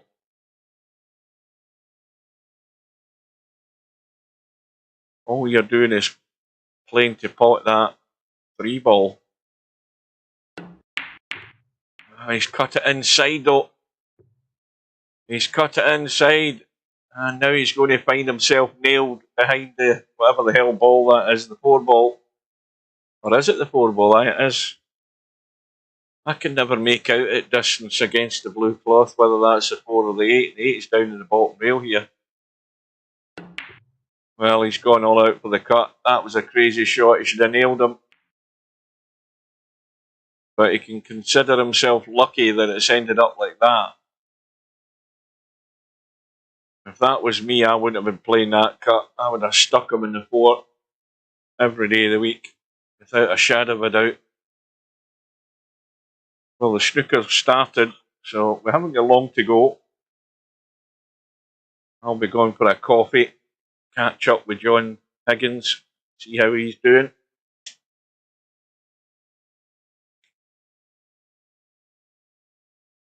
But don't forget, folks, if you can make it, we would enjoy your company to watch the hot seat match tomorrow afternoon at 2 PM GMT. That'll be 9 AM for anybody stateside, East Coast.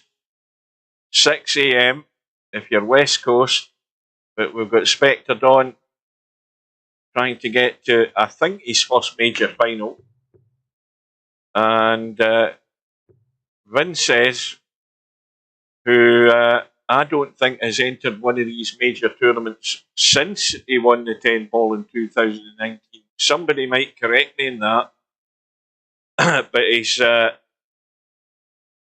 Vinces has still got a chance of actually regaining his championship that he won 4 years ago against Stubb. Well, here's Vertical Liquid's chance to square the match.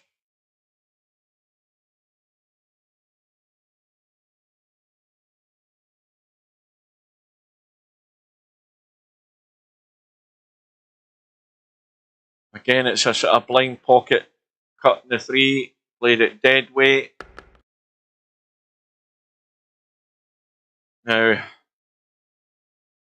this shot here is how confident you are at executing a shot. There's too much angle, I think, to be checking this up with loads of right English.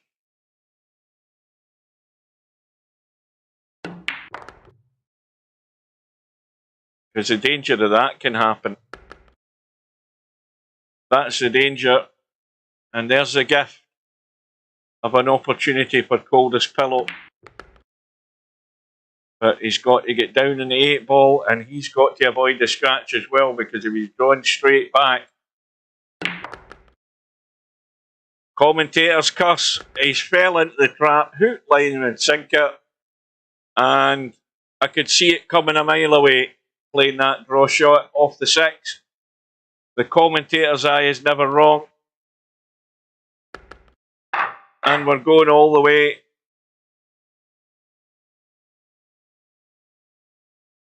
Vertical Liquid breaking for the match, and Coldest Pillow slapping himself around the head for falling into that trap, because there was a safer way of getting there.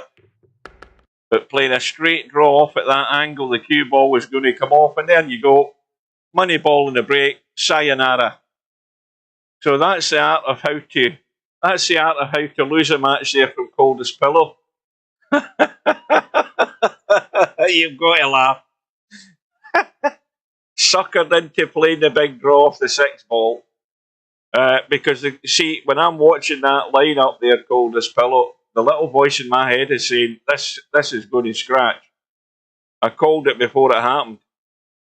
And Coldest Pillow, well, you learn from your mistakes. That's the one good thing about that. That whenever you have a shot like that again, you can see the scratches on. So Coldest Pillow had that match well within his grasp. And it's now... well, the matches are now finished. The matches are all over. Apart from one, we've got Brainful Out trailing by 6 racks to 3 against Houdini. And in the end, VP4TV just scraped through by 5 matches to 4. Mr. Bill won his first match against Bobby Barris. Larry won his first match against Vertical Liquid. Coldest Pillow won his first match against John Boot. And then things started to go the other way. Vertical Liquid beat Bill 9-7. Larry won his second match as well against John Boot, 9-3. Coldest Pillow won his next match. And then it went really downhill. Then the big comeback from 9-ball shots. John Boot beat Bill 9 racks to 7. Bobby Barris beat Larry 9 racks to 3. And Coldest Pillow managed to find a way to lose against Vertical Liquid. So that was a good fight back from the 9-ball shots. But still a 5-4 win for the Tactical Geniuses. So those 3 wins at the start were very important for us. And those 3 wins at the end there, and that match that was a pivotal match that went to Vertical Liquid, very important for 9-ball shots. And of course, the Gamblers guaranteed a win. They're already 6-2 up, regardless of what happens here. But it's looking good for Houdini at the moment to rescue another point for the Team Philippines. So let's just jump in and catch the end of that. Oh, I had a good laugh at that one, Chimpy, I'll tell you. But did you catch the end of Coldest Pillow's match there?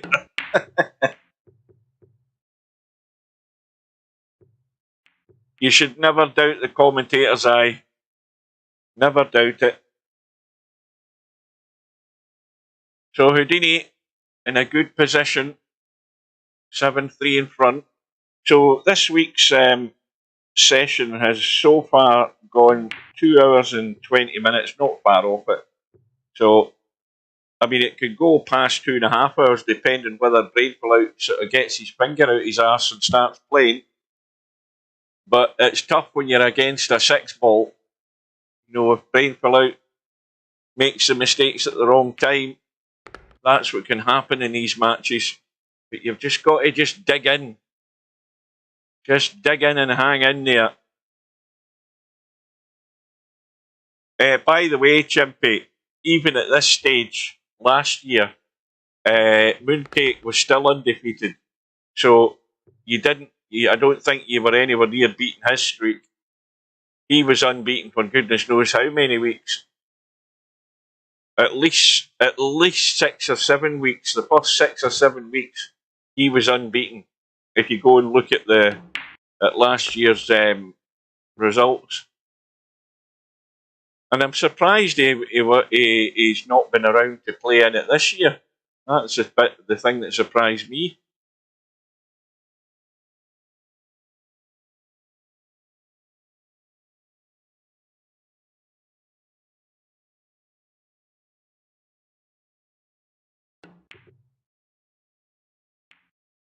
Brainful Out's got to keep it tight.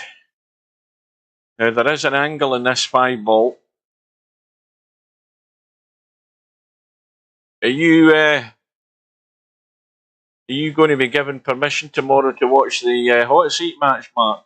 Or are you going to still be in bed at that time in the afternoon? Well, Houdini didn't really play anything to get anywhere near this 6 ball. What's he going to manufacture here?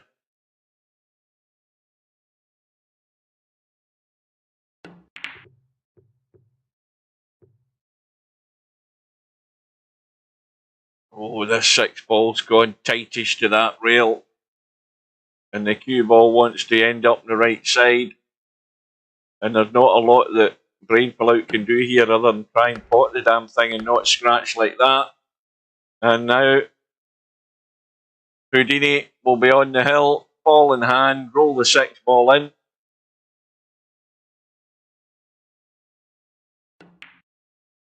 You're eating your dinner right now. What you eating, Mark? Tell me what you're eating, because I'm suddenly going starving again.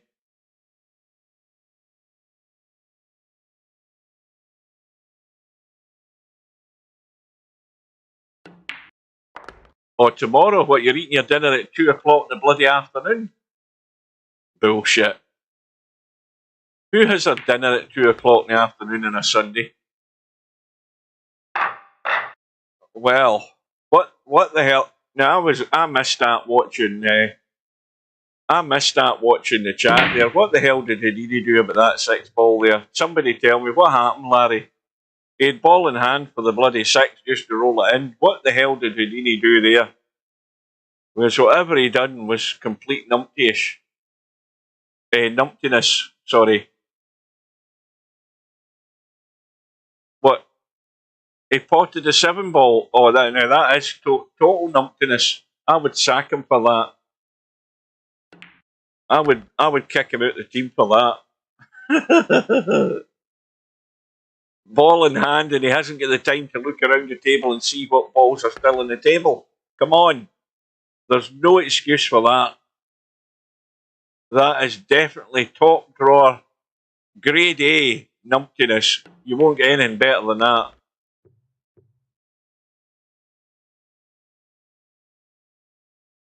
And Houdini should have been on the hill. So now all he's got is get the cue ball out into the table as far as you can for this 6 ball. They're the only ones that bloody show up. I was waiting on Paul coming in. I was waiting on that. Oh dear. I feel sorry for you, Paul. By the way, just out of curiosity, do you actually communicate with your team members? And have you double checked that all your team members have actually got all the notifications checked in their profile? Have they got all the boxes checked? Because it looks to me that half of these guys aren't getting information to them. And that they're not fully compos mentis about what's actually happening. And have you told Pectus to make sure that he's got enough money in his account now?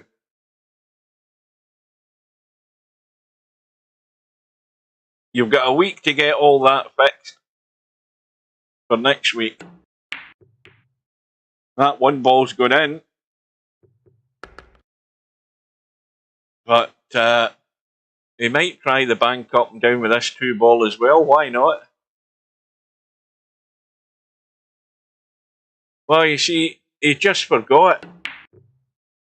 Oh, every player that doesn't show up until an hour after the thing started, they always forget. We know that.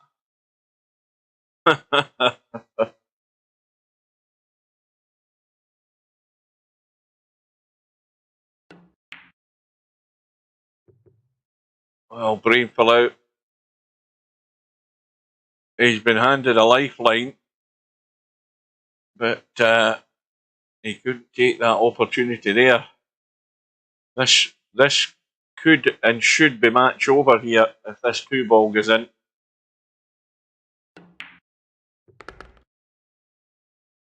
Right, so cut the 3 in, come back across to the 4. Pot the 4, run to the rail, come out into the table on the left for the 5. He's maybe going too straight in this. Let's have a look. Yeah, he's bolt straight. So just a little drawback. You don't need to juice it up. You don't need the old shot like that. But at the end of the day, he's got a cut in a 5. Not really controlled.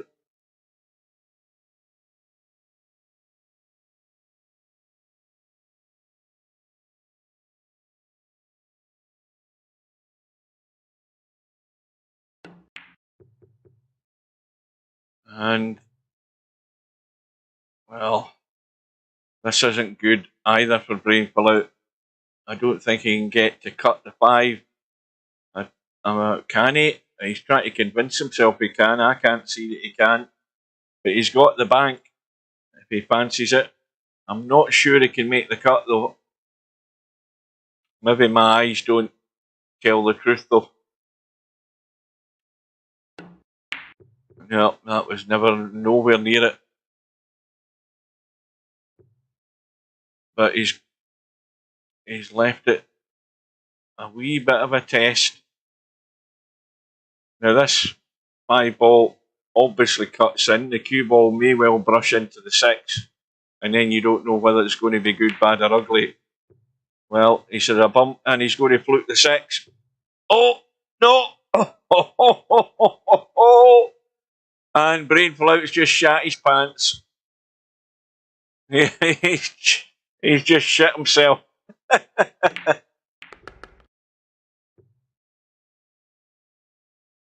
Oh dear. And it goes from bad to worse. He can't get a roll of the ball. 5 ball doesn't go. Well, it doesn't go past the 9, obviously. There's plenty of other holes for it to go in, but nothing's easy. And he's tried the combo, and the 5's got in. And the 9 ball needs to bounce. Oh, well, I wouldn't fancy this. Because I think the scratch is on the side here. He's got to be careful with this. And he's avoided the scratch. The 9's got in, and he's held his nerve. That was very well done from Brain Pullout. And he's still in there. Trailing by 3. 1 ball goes in. 2 ball isn't good. 3 ball goes in. 5 balls locked away. So I think now it's time to try and duck for cover here. Although he's probably playing the bank up and down.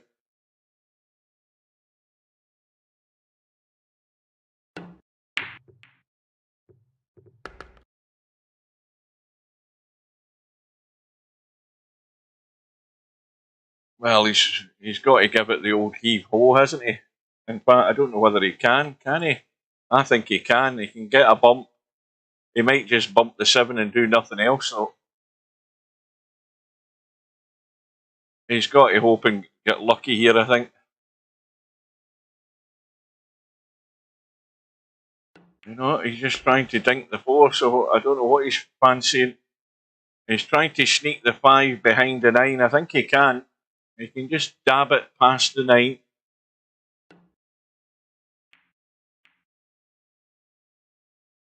But he hasn't dabbed it far enough. And now he'll be in trouble.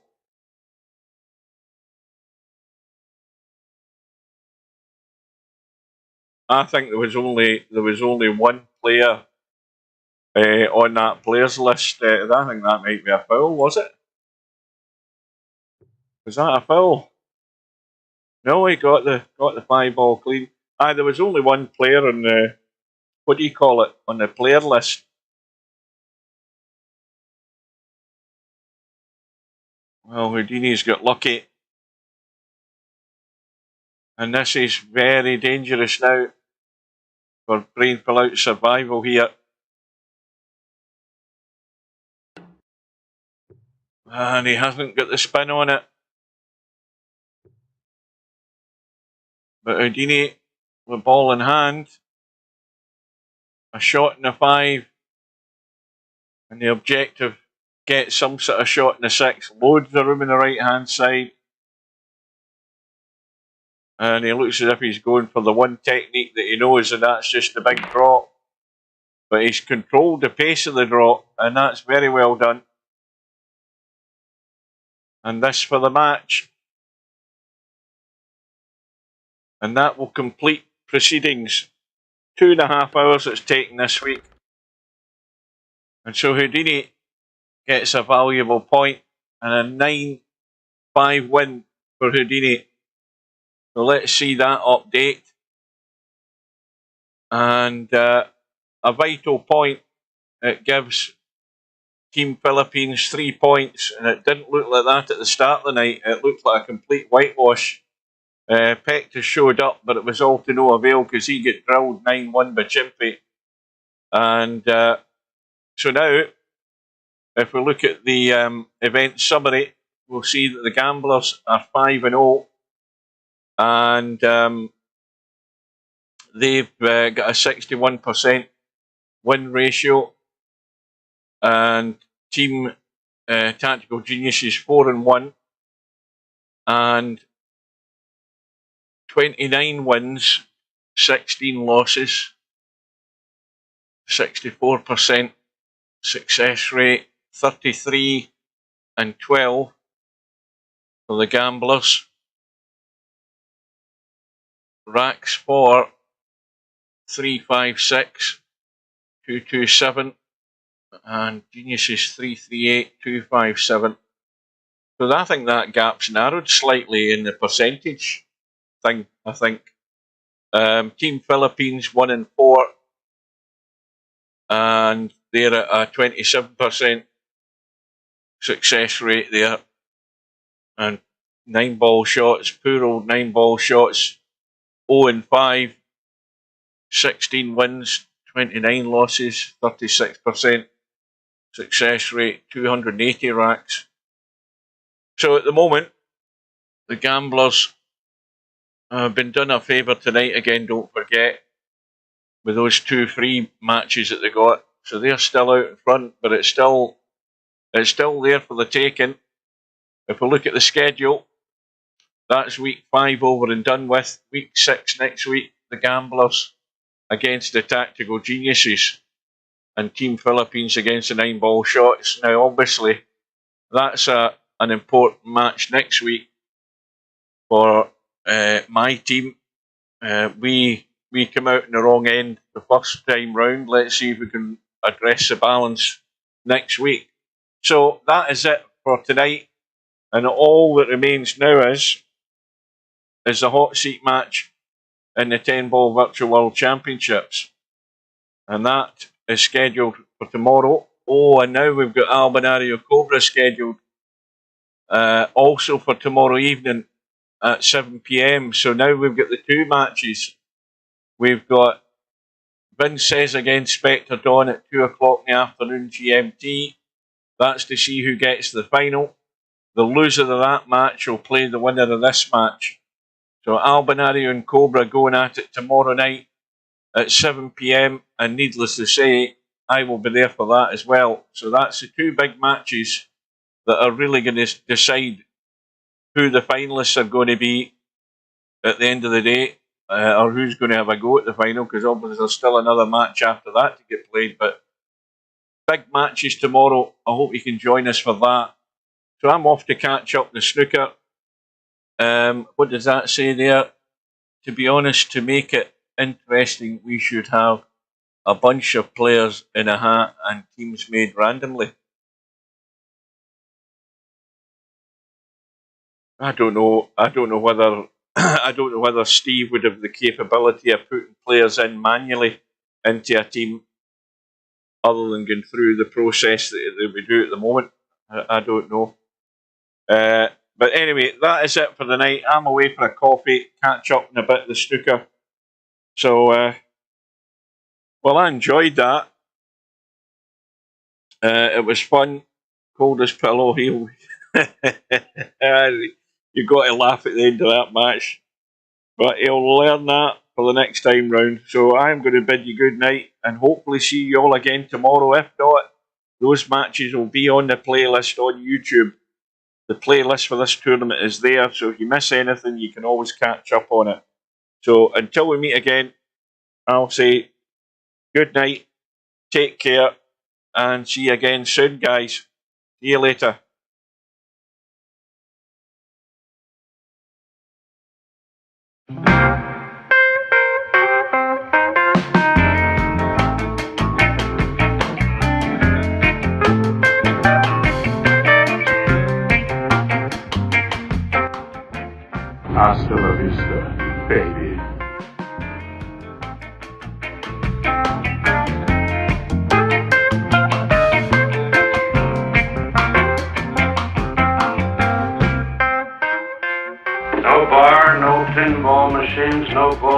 is just pool, nothing else.